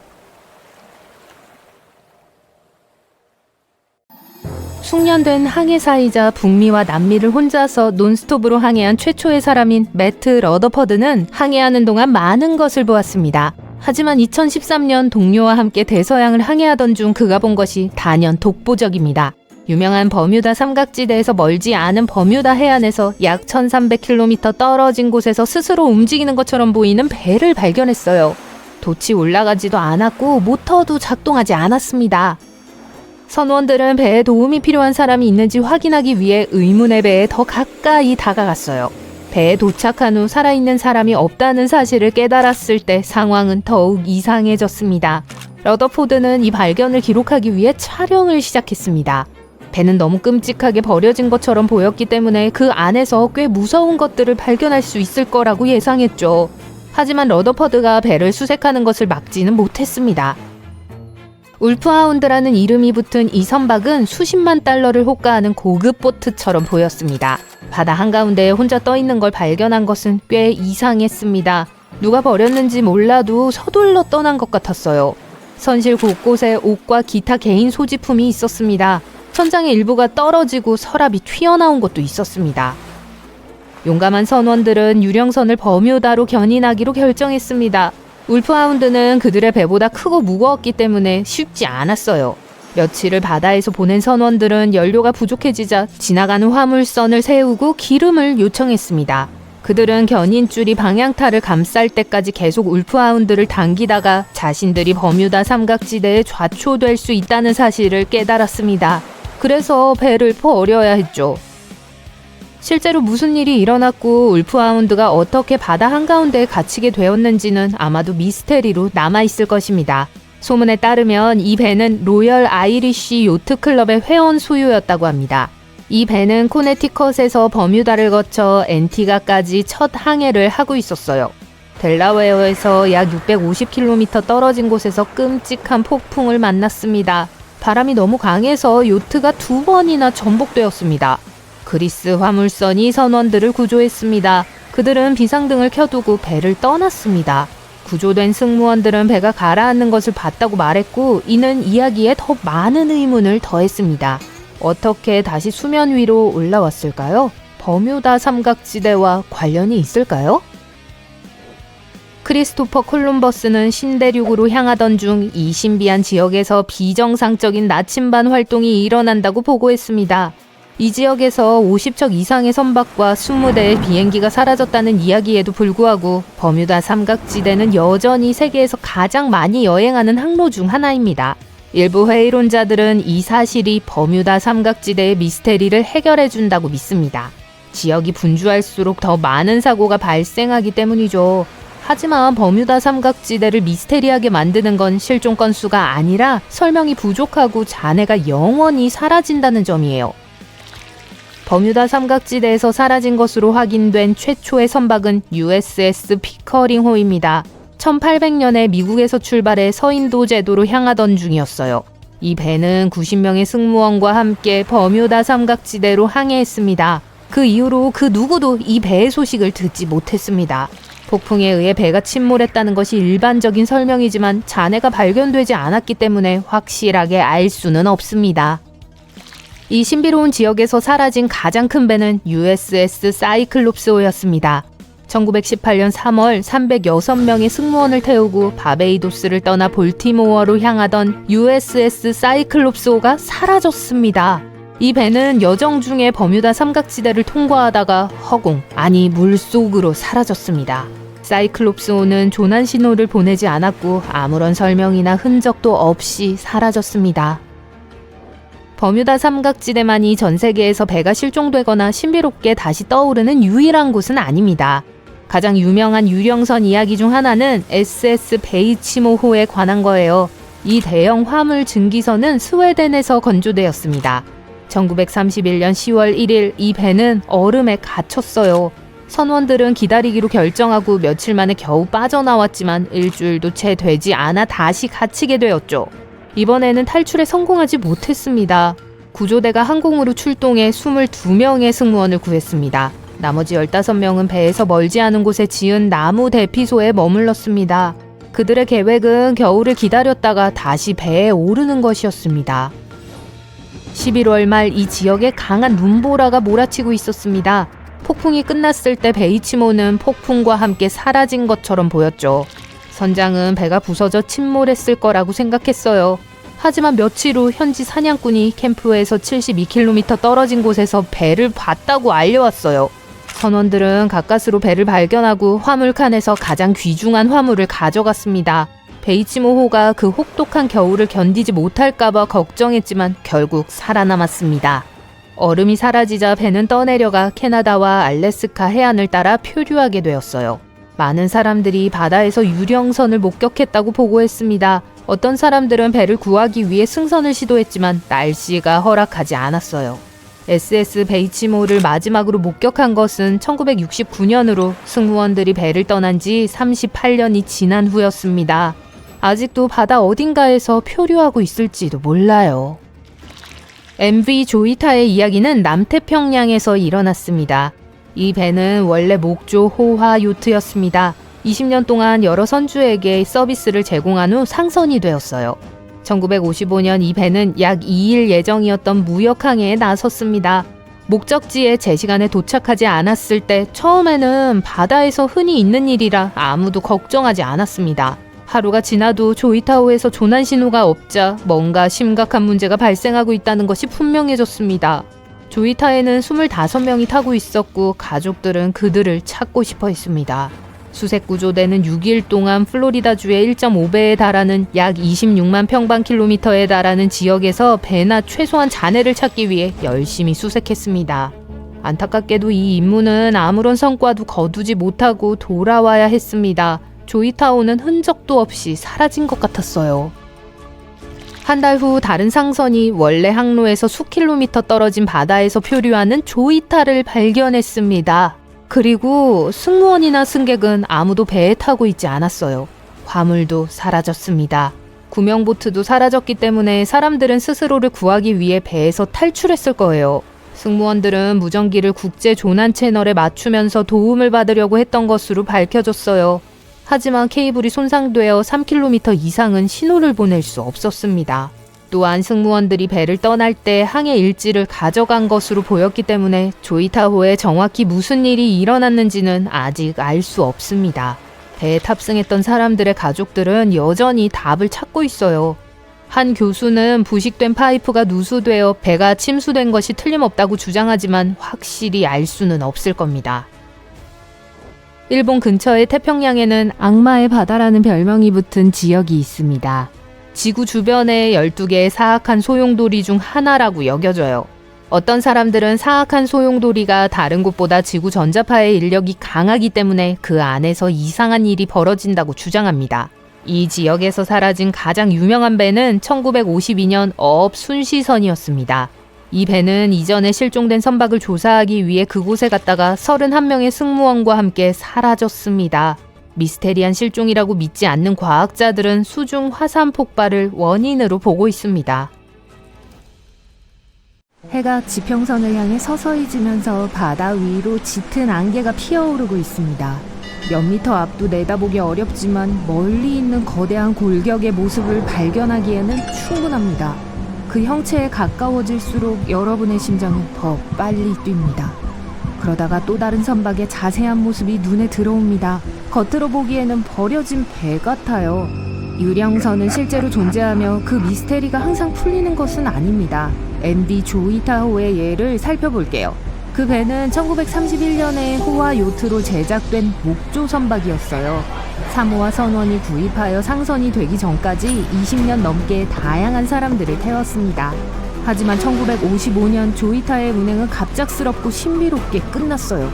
10월 3일 48시간도 걸리지 않을 예정이었던 무역항해를 위해 출항했습니다. 바다에서는 지연이 발생하기 때문에 조이타가 예정대로 10월 5일에 도착하지 않았을 때도 아무도 걱정을 하지는 않았어요. 하지만 그 다음 날에도 돌아오지 않았어요. 출발 지점과 도착 지점 사이 어디에도 어떤 조난 신호나 조이타가 있었다는 흔적이 없었습니다. 수색 구조대가 배를 찾기 위해 파견되었고 6일 동안 거의 20만 5천 9천 평방킬로미터의 지역을 정찰했어요. 10월 12일 수색대는 아무것도 찾지 못한 채 기지로 돌아왔습니다. 조이타는 흔적도 없이 사라졌어요. 한 달이 지난 후에야 또 다른 상선인 투발루가 항로에서 멀리 떨어진 곳에서 실종된 조이타가 공해상에서 표류하고 있다는 걸 발견했습니다. 선원들은 배에 탑승했고 배에 타고 있던 모든 화물과 함께 선원들과 승객들 총 25명이 실종된 것을 발견했어요. 우선은 국제 조난 채널에 맞춰져 있었는데 이는 선원들이 도움을 요청하려고 했다는 것을 의미합니다. 하지만 무선 케이블이 손상되어 송신거리가 3.2km로 제한되었기 때문에 누구와도 연락할 수 없었어요. 구명보트가 없었던 것으로 볼 때 탑승했던 사람들이 배를 떠난 것으로 보였습니다. 안타깝게도 항해 일지를 가지고 떠났기 때문에 구조대는 무슨 일이 일어났는지 알 수 없었어요. 오늘날까지 MV 조이타의 미스테리는 풀리지 않았습니다. 승무원과 승객들이 어디로 갔는지, 무엇 때문에 배를 떠났는지 아무도 모릅니다. SV 캐럴 A 디어링은 일반적인 의미의 유령선이 아니었습니다. 공해상에서 목격된 적이 없어요. 대신 해안에서 발견되었지만 그것을 둘러싼 주변 상황이 수수께끼에 쌓인 퍼즐입니다. 캐럴 A 디어링은 1919년 메인주에서 건조되었고 그것은 상업적 항해를 위해 만들어진 대형 선박이었어요. 안타깝게도 엄청난 건설 비용에도 불구하고 겨우 1년 후에 마지막 항해를 하게 됐습니다. 1920년 7월 19일 선박은 석탄 화물을 배달하기 위해 푸에르토리코에서 뉴포트 뉴스를 통해 리우데 자네이루로 이동하고 있었어요. 최종 목적지까지 거의 반쯤 갔을 때 선장이 중병에 걸렸고 선원들은 선장과 그의 아들을 내려주고 새로운 선장을 태우기 위해 배를 돌렸습니다. 그 항해는 아무 사고 없이 진행되었지만 12월에 보급품 조달을 위해 바베이도스에 도착했을 때 선원들 사이에 이상한 분위기가 있었어요. 1등 항해사는 새로운 선장을 좋아하지 않는 것 같았습니다. 그 당시에는 아무도 별 관심을 기울이지 않았는데 그건 실수였어요. 캐럴 A 디어링은 1921년 1월 28일 노스캐롤라이나의 해안에서 한 등대선에 의해 마지막으로 목격되었습니다. 평소에는 선원들이 출입할 수 없었던 배의 선미 갑판에 약간의 소동이 있었습니다. 그러고 나서 다른 선박이 배를 발견했지만 갑판 위에는 이미 아무도 없었어요. 1월 31일 그 상선은 수세기 동안 수많은 난파선으로 악명 높은 장소인 다이아몬드 숄에서 좌초된 채 발견되었습니다. 수색 구조대가 배에 탔을 때 배는 버려져 있었고 2대의 구명정과 함께 항해 일지와 선원들의 개인 소지품이 사라진 걸 발견했어요. A 캐럴 디어링에서 그 1월에 무슨 일이 일어났는지에 대해서는 여전히 답이 없습니다. 비록 가장 설득력 있는 이론은 반란이었어요. 하지만 우리는 결코 진실을 알아낼 수 없을지도 몰라요. SS 베이키모는 아마도 역사상 가장 주목할 만한 유령선 중 하나일 것입니다. 이 대형 화물선은 1914년 스웨덴에서 건조되었고 알래스카와 캐나다의 토착 부족들과 가죽과 식량을 거래하면서 16년 넘게 부지런히 운행했어요. 하지만 1931년 10월 1일 베이키모는 유빙에 갇히게 됩니다. 처음에 선원들은 기다리기만 하면 항해를 계속할 수 있을 것 같았는데 배가 며칠 만에 얼음에서 빠져나왔기 때문이에요. 하지만 일주일도 안 되어 다시 갇히게 되었고 이번에는 빠져나오지 못했어요. 또 일주일이 지난 후 베이키모의 선원 중 22명을 데려오기 위해 구조대가 파견되었고 다른 15명은 필요하다면 겨울을 지내고 배를 되찾기 위해 뒤에 남았습니다. 하지만 한 달 후 강력한 눈보라가 그들의 캠프를 강타한 후 선원들은 대피소 밖으로 나갔지만 배가 사라진 걸 발견했어요. 운 좋게도 며칠 후 한 원주민 사냥꾼이 베이키모가 아직 실종되지 않았다고 말했습니다. 그는 캠프에서 약 72km 떨어진 곳에서 베이키모를 목격했다고 했어요. 그들은 간신히 배를 추적했지만 배가 겨울을 견딜 수 없다고 판단했고 그래서 선창에서 가장 값진 화물을 꺼낸 후 배를 포기했습니다. 하지만 그들은 틀렸어요. SS 베이키모는 그 겨울뿐만 아니라 그 뒤에 더 여러 번의 겨울을 살아남았습니다. 얼음이 깨졌을 때 배는 캐나다와 알래스카의 해안을 따라 무기력하게 표류하면서 혼자 항해했어요. 유령선에 수많은 목격담이 있었고 때로는 공해에서 표류하기도 했고 때로는 다시 얼음에 갇히기도 했습니다. 사람들은 배에 탑승하여 인양하려고 시도했지만 기상 조건이나 장비 부족으로 항상 실패했어요. SS 베이키모는 1969년 버려진 지 38년 만에 알래스카 원주민들에 의해 마지막으로 목격되었습니다. 이 이후에 어떻게 되었는지는 알려지지 않았어요. SS 오랑 메단의 이야기는 20세기의 가장 황당하고 끔찍한 유령선 이야기 중 하나입니다. 아무도 그 배가 애초에 존재했는지조차 확실히 알지 못해요.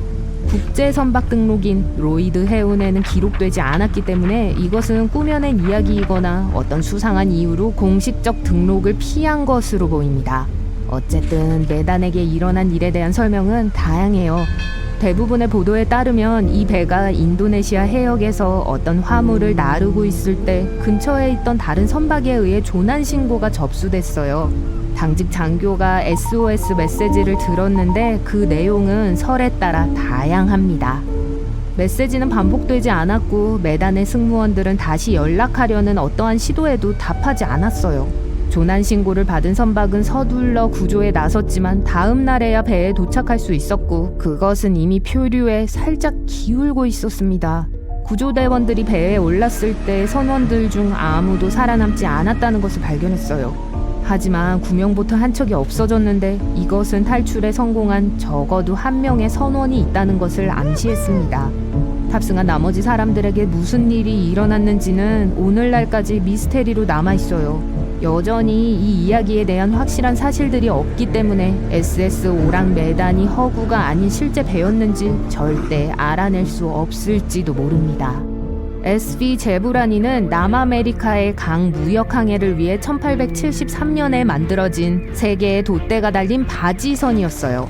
이 배는 40년이 훨씬 넘는 기간 동안 운행했고 튼튼하고 믿을 수 있는 배였습니다.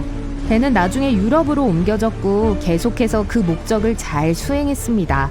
하지만 1917년 10월 제브리나는 정기 항해에 나섰지만 며칠 후에야 해안에서 발견됐어요. 불가사의하게도 비록 배는 완벽하게 운전했지만 5명의 선원과 선장은 모두 사라졌어요. 그날 실제로 무슨 일이 일어났는지에 대한 직접적인 증거나 확실한 사실은 없습니다. 가장 설득력 있는 이론은 선원들이 수중 폭발로 갑판에서 떠내려갔고 그 후 배가 선원 없이 계속 항해했다는 거예요. 하지만 언제나 그렇듯이 진실은 밝혀지지 않은 채로 남아 있습니다. 바다. 이 지칠 줄 모르는 괴물은 수세기 동안 그것을 길들이려는 모든 시도에 저항해왔습니다. 바람에 의해 움직이는 많은 배들이 세계에서 가장 힘든 지역을 통과했어요. 일부는 바다와의 싸움에서 살아남았고 일부는 그러지 못했어요. 때는 1834년 필그림이라고 불리는 배가 캘리포니아에서 보스턴으로 항해하고 있었습니다. 그 여정은 남아메리카를 돌아서 칠레의 케이프 혼을 지날 예정이었어요. 리차드는 필그림의 상선 선원으로 배에 타고 있었어요. 그의 첫 번째 바다 항해였죠. 선원들은 리차드에게 케이프온 앞바다의 드레이크 해협에 대한 이야기를 들려주었는데 이 항로는 위험한 것으로 유명했어요. 수많은 배와 선원들이 그 해협에서 사라졌습니다. 1526년에 케이프 혼이 발견된 이후 그곳은 그 주변을 항해한 모든 사람들에게 선원으로서의 기술과 배의 힘에 대한 궁극적인 시험으로 빠르게 알려졌습니다.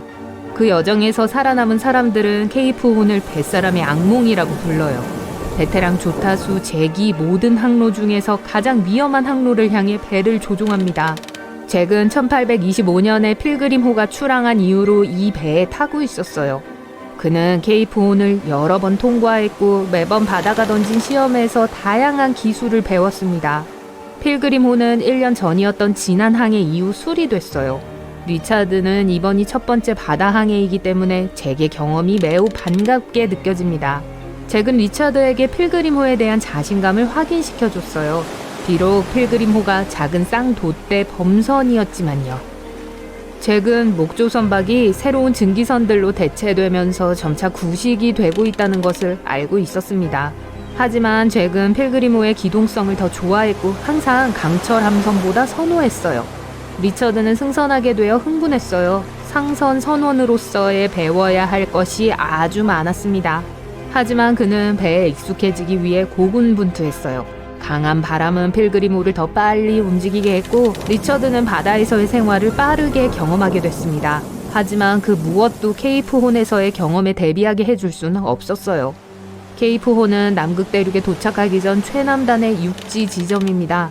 남극 대륙과 케이프 혼 사이에는 그 악명 높은 드레이크 해협이 있는데 케이프 혼과 남극 반도 사이 약 1100km 지역이에요.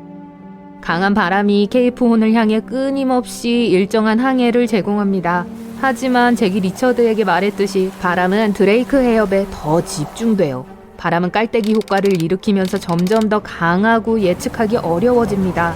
리처드는 필그림호에게 이것이 무엇을 의미하는지 확신하지 못했지만 남아메리카를 여행하는 더 쉬운 경로는 없다는 것을 알고 있었어요.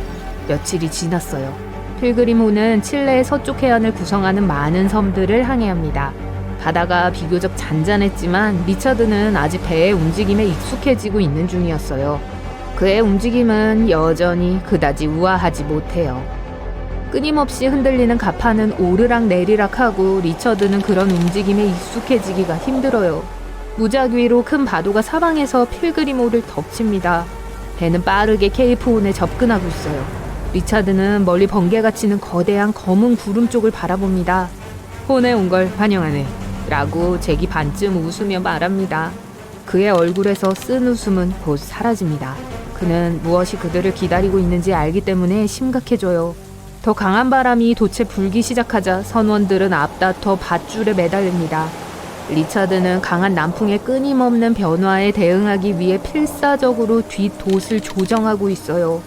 잭은 자신이 맡은 역할의 중요성을 알고 키를 꽉 잡습니다. 그는 파도를 경계하고 있어요.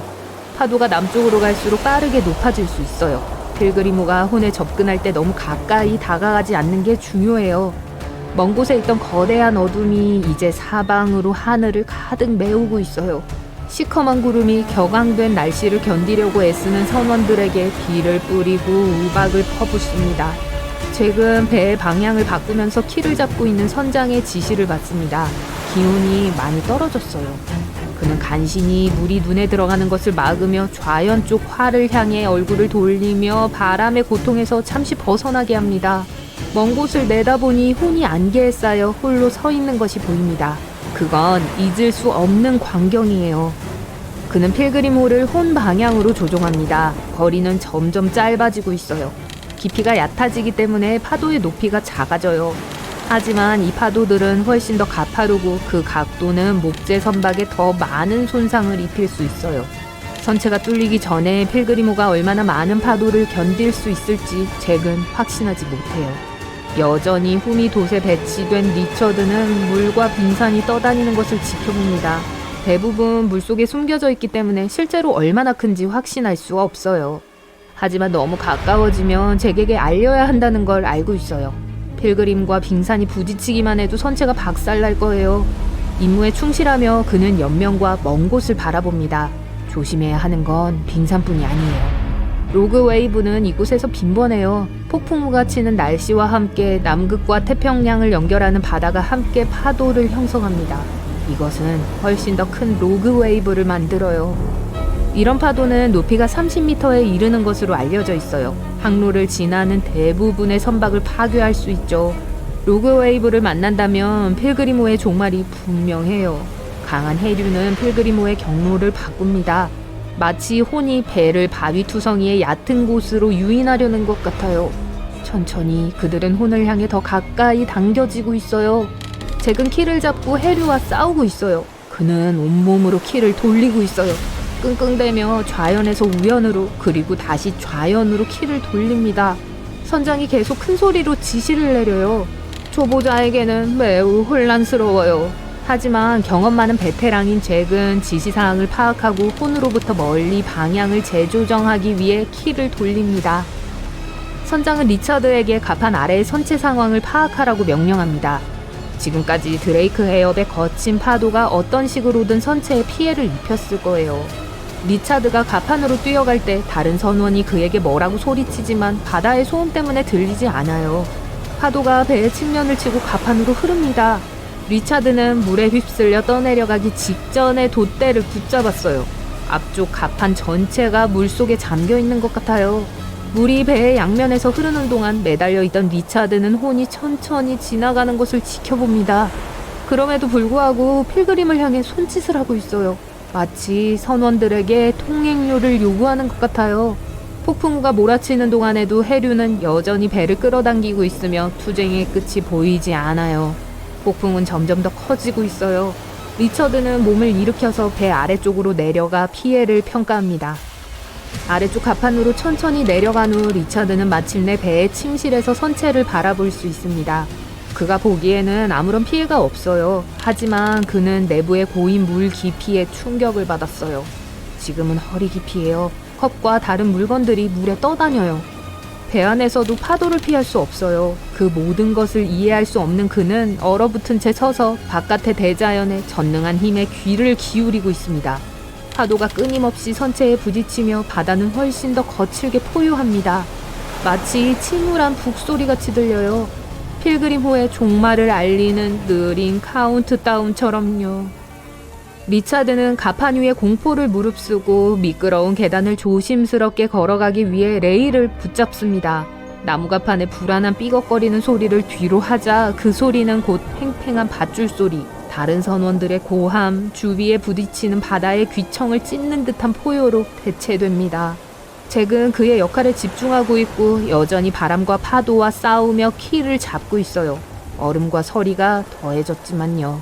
주변 세계는 그의 의무로부터 주의를 돌리기 위해 작정한 것처럼 보이지만 잭은 단호하게 밀고 나갑니다. 9일 동안 필그리모는 온갖 장애물을 극복하면서 폭풍우가 치는 날씨에 끊임없는 변화와 싸웁니다. 배는 가까스로 해협을 통과합니다. 폭풍을 뒤로하고 떠나면서 선원들의 최종 목적지를 향해 북쪽으로 진로를 정해요. 어두운 구름 사이로 태양이 보이는 것은 리차드가 경험한 것 중 가장 안심이 되는 광경이었어요. 불행하게도 리차드는 폭풍우가 몰아치는 동안 배급받은 식량을 잃었습니다. 바다에서 배급 식량을 잃으면 그건 자신의 불운이에요. 다행히도 잭은 자신의 식량을 나눠줄 만큼 친절합니다. 1945년 5대의 PBF 어벤져 항공기가 버뮤다 삼각지대에서 늘 하던 훈련을 위해 비행했어요. 훈련 중간에 맑은 날씨에 보에도 불구하고 비행기들은 강한 비와 극심한 바람을 맞았습니다. 조종사들은 심각하게 방향 감각을 잃었고 항법 장비가 작동을 멈췄다는 보고를 하기 위해 무전을 보냈어요. 기지가 마지막으로 들은 말은 첫 비행기가 10갤런 아래로 떨어지면 우리 모두 추락한다는 것이었어요. 그러고 나서 정적이 흘렀죠. 5대의 비행기와 14대의 승무원들은 그렇게 영원히 사라져버렸어요. 1492년 신세계로의 첫 항해에서 크리스토퍼 콜럼버스는 버뮤다 삼각지대를 항해했어요. 콜럼버스는 어느 날 밤 배의 갑판에 있을 때 전에 본 적이 없는 먼 곳에서 거대한 빛이 나타나는 걸 발견했다고 보고했어요. 방향을 찾기 위해 나침반을 살펴봤지만 판도값이 불규칙했죠. 여러분은 아마 어떤 세계 지도에도 버뮤다 삼각지대가 나와 있지 않다는 걸 알아차렸을 거예요. 공식적인 기관들이 그 지역이 실제로 존재한다는 걸 인정하기를 거부하기 때문이에요. 한 인기 있는 이론에 따르면 이상파랑이 이 많은 실종에 책임이 있다고 해요. 과학자들은 이상파랑을 극한의 폭풍 파도라고 불러요. 이것들은 동시에 다양한 날씨 패턴이 일어날 때 발생하는데 예상치 못한 큰 파도를 일으켜요. 목격자들은 이 파도가 거대한 물의 벽 같다고 말했어요. 이 파도라면 왜 배들이 흔적도 남기지 않고 빠르게 가라앉는지를 설명할 수 있어요. 버뮤다 삼각지대는 날씨가 꽤 격렬하고 가늠이 안 되는 곳이에요. 폭풍은 빠르고 예기치 않게 발생했다가 곧 사라져요. 눈 깜빡이는 순간 놓칠 수 있죠. 이게 왜 조난 신호가 거의 없었는지를 설명할 수 있어요. 조종사와 선원들은 날씨가 변할 걸 전혀 예상하지 못했던 거예요. 버뮤다 삼각지대에서 얼마나 많은 배와 비행기가 사라졌는지는 아무도 정확히 알지 못해요. 대략적인 추정은 배 50척과 비행기 20대예요. 대부분의 경우 실종에 대한 아무런 설명도 없었고 잔해도 남지 않았었죠. 버뮤다 삼각지대의 미스테리를 풀려고 한 기이한 이론 중 하나는 찰스 베를리츠로부터 나왔어요. 그는 이 지역이 잃어버린 도시 아틀란티스의 고향이라고 주장했어요. 실종된 배와 비행기, 오작동하는 장비들 모두 그의 주장대로면 아틀란티스의 동력을 공급하는 특별한 에너지 결정체에 의해 방출된 에너지 광선에 의해 야기된 거라고 했죠. 엉뚱하게 들리지만 베를리츠의 이론은 전 세계적으로 2천만 명 이상이 그의 책을 샀을 정도로 충분히 설득력이 있었어요. 1800년 USS 피커링이라고 불리는 대형 범선이 미국에서 서인도로 가는 길을 떠났어요. 배는 90명의 선원들과 함께 버뮤다 삼각지대로 항해했고 다시는 소식을 들을 수 없었죠. USS 피커링은 버뮤다 삼각지대에서 사라진 걸로 확인된 최초의 배예요. 배가 폭풍에 의해 쓸려나간 것 같지만 잔해가 발견되지 않았기 때문에 우린 알 길이 없어요. TBF 어벤져 항공기가 실종되었을 때 대규모 수색 작업이 시행되었어요. 배와 비행기들이 버뮤다 삼각지대에서 항공기의 흔적을 찾기 위해 수색했죠. 수색 중인 보트 중 하나가 PBM-5 메리너 비행정이었어요. 그 비행정은 오후 7시 27분에 비행했고 3분 후에 일상적인 무선 메시지를 호출했어요. 그러고 나서 소식이 영영 끊겼죠. 구조 비행정이나 5대의 어벤져 비행정에 대한 흔적은 발견되지 않았어요. 이 모든 비행정의 실종에 대한 대대적인 조사가 시작되었지만 아무것도 발견되지 않았어요. 이 바다의 특정 지역은 세계에서 가장 왕래가 많은 백길 중 하나예요. 일부 회의론자들은 이 사실이 버뮤다 삼각지대의 미스테리를 풀어준다고 믿어요. 통계적으로 바쁜 지역일수록 사고와 실종 빈도가 높죠. 말이 되긴 하지만 버뮤다 삼각지대의 미스테리는 실종 빈도 때문이 아니라 설명도 또 발견된 잔해도 부족하다는 점 때문이에요. 해저에 부패되고 있는 유기체들은 물 밑에 갇히는 메탄가스를 대량으로 방출해요. 이 가스는 쌓여 있다가 쾅 하고 터질 수 있어요. 가스가 표면으로 솟구치고 분출해요. 만약 배가 터지는 곳 중 한 곳에 있었다면 물은 훨씬 밀도가 더 낮았을 거고 경고도 없이 배를 빠르게 가라앉게 했을 거예요. 과학자들은 이게 버뮤다 삼각지대의 많은 실종의 원인이 될 수 있다고 믿고 있어요. 이 이론이 엄청 말이 되긴 하지만 그럴 가능성은 없어 보여요. 미국 지질조사국은 지난 1500년 동안 이 지역에서 대규모 가스 방출이 일어나지 않았다고 밝혔어요. 해저는 자철석을 많이 함유한 바위로 이루어져 있어요. 철에 가깝죠. 자기장은 해저에 있는 높은 농도의 자철석에 반응하는데 이게 둘 사이에 일종의 충돌을 일으킬 수 있어요. 이게 종종 다양한 날씨 이상을 초래할 수 있고 결과적으로 내비게이션 문제로 이어질 수 있어요. 그리고 당연히 해저의 변화나 지구의 자기장 변화는 버뮤다 삼각지대에 많은 영향을 미쳐요. 자기장이 끊임없이 움직이기 때문에 버뮤다 삼각지대도 같이 끌고 갈 수 있어요. 이제 사람들은 삼각지대가 어디에 있는지 알기 때문에 그걸 피하는 건 쉬워요. 아마도 자기극과 같이 동쪽으로 이동했을 거라고 생각되지만 과학자들은 아직도 그게 몇 년 안에 정확히 어디에 있게 될지는 답을 내리지 못하고 있어요. 어떤 사람들은 모든 재앙을 지구 밖의 초자연적인 활동 탓으로 돌려요. 어떤 사람들은 격렬한 자연현상 때문이라고 생각하죠. 미시건 호수에 또 다른 삼각지대가 있어요. 버뮤다 근처에 있는 것처럼 미시간 삼각지대도 몇몇 실종으로 음울한 평판을 얻었어요. 처음 기록은 1679년으로 거슬러 올라가요. 그 당시 그중 가장 큰 선박 한 척이 탐험에 나섰는데 일단 불길한 삼각지대에 들어서자 다시는 돌아오지 못했어요. 훨씬 후에 비행기 한 대가 이 삼각지대에서 사라졌어요. 그곳의 하늘은 보통 아주 맑지만 1883년에 어떤 사람들은 거기서 비정상적인 걸 목격했어요. 어떤 사람들은 하늘에서 큰 얼음 덩어리가 떨어지는 걸 봤다고 주장했고, 선원들은 심지어 확실한 증거로 얼음 덩어리를 보관하기도 했어요. 한편 태평양 미스테리 지역은 또 다른 삼각지대예요. 도쿄에서 멀지 않은 일본 남해안에는 수많은 배들이 바다에서 흔적도 없이 사라져 운명을 달리한 바다가 있어요. 여길 악마의 삼각지대라고 불러요. 어떤 과학자들은 이 이상현상의 원인이 환경 변화라고 믿어요. 또 태평양 삼각지대의 해저에는 메탄 수화물의 농도가 아주 높아요. 여러분은 원래 항로를 벗어나서 잘못된 방향으로 항해하고 있어요. 삼각지대 근처에는 작은 섬들이 흩어져 있는 카리브해가 있어요. 이곳의 해저는 깊지 않아요. 배는 얕은 물에 들어갈 수 있어요. 이제 배가 모래톱에 갇혔고 여러분은 자신이 어디에 있는지 몰라요. 만약 21세기였다면 배의 선장이 GPS와 다른 현대적인 항법을 사용해 해안에 도착할 수 있었을 거예요. 하지만 가장 흥미로운 건 버뮤다 삼각지대의 영토에서 자북이 이미 오랜 시간 동안 진북과 일치하지 않았기 때문에 이번에는 나침반이 제대로 작동할 거라는 거예요. 무평각선은 여기서 멀리 떨어진 곳에 있어요. 지금은 내비게이션에 아무 문제가 없어요. 하지만 어떤 이유에서인지 여기가 배들이 사라지는 곳이에요. 사실 여기뿐만이 아니에요. 대서양 전역에 걸쳐 수많은 배들이 사라진 곳들이 있어요. 버뮤다 삼각지대는 이런 곳 중 상위 10위 안에 들지도 않아요.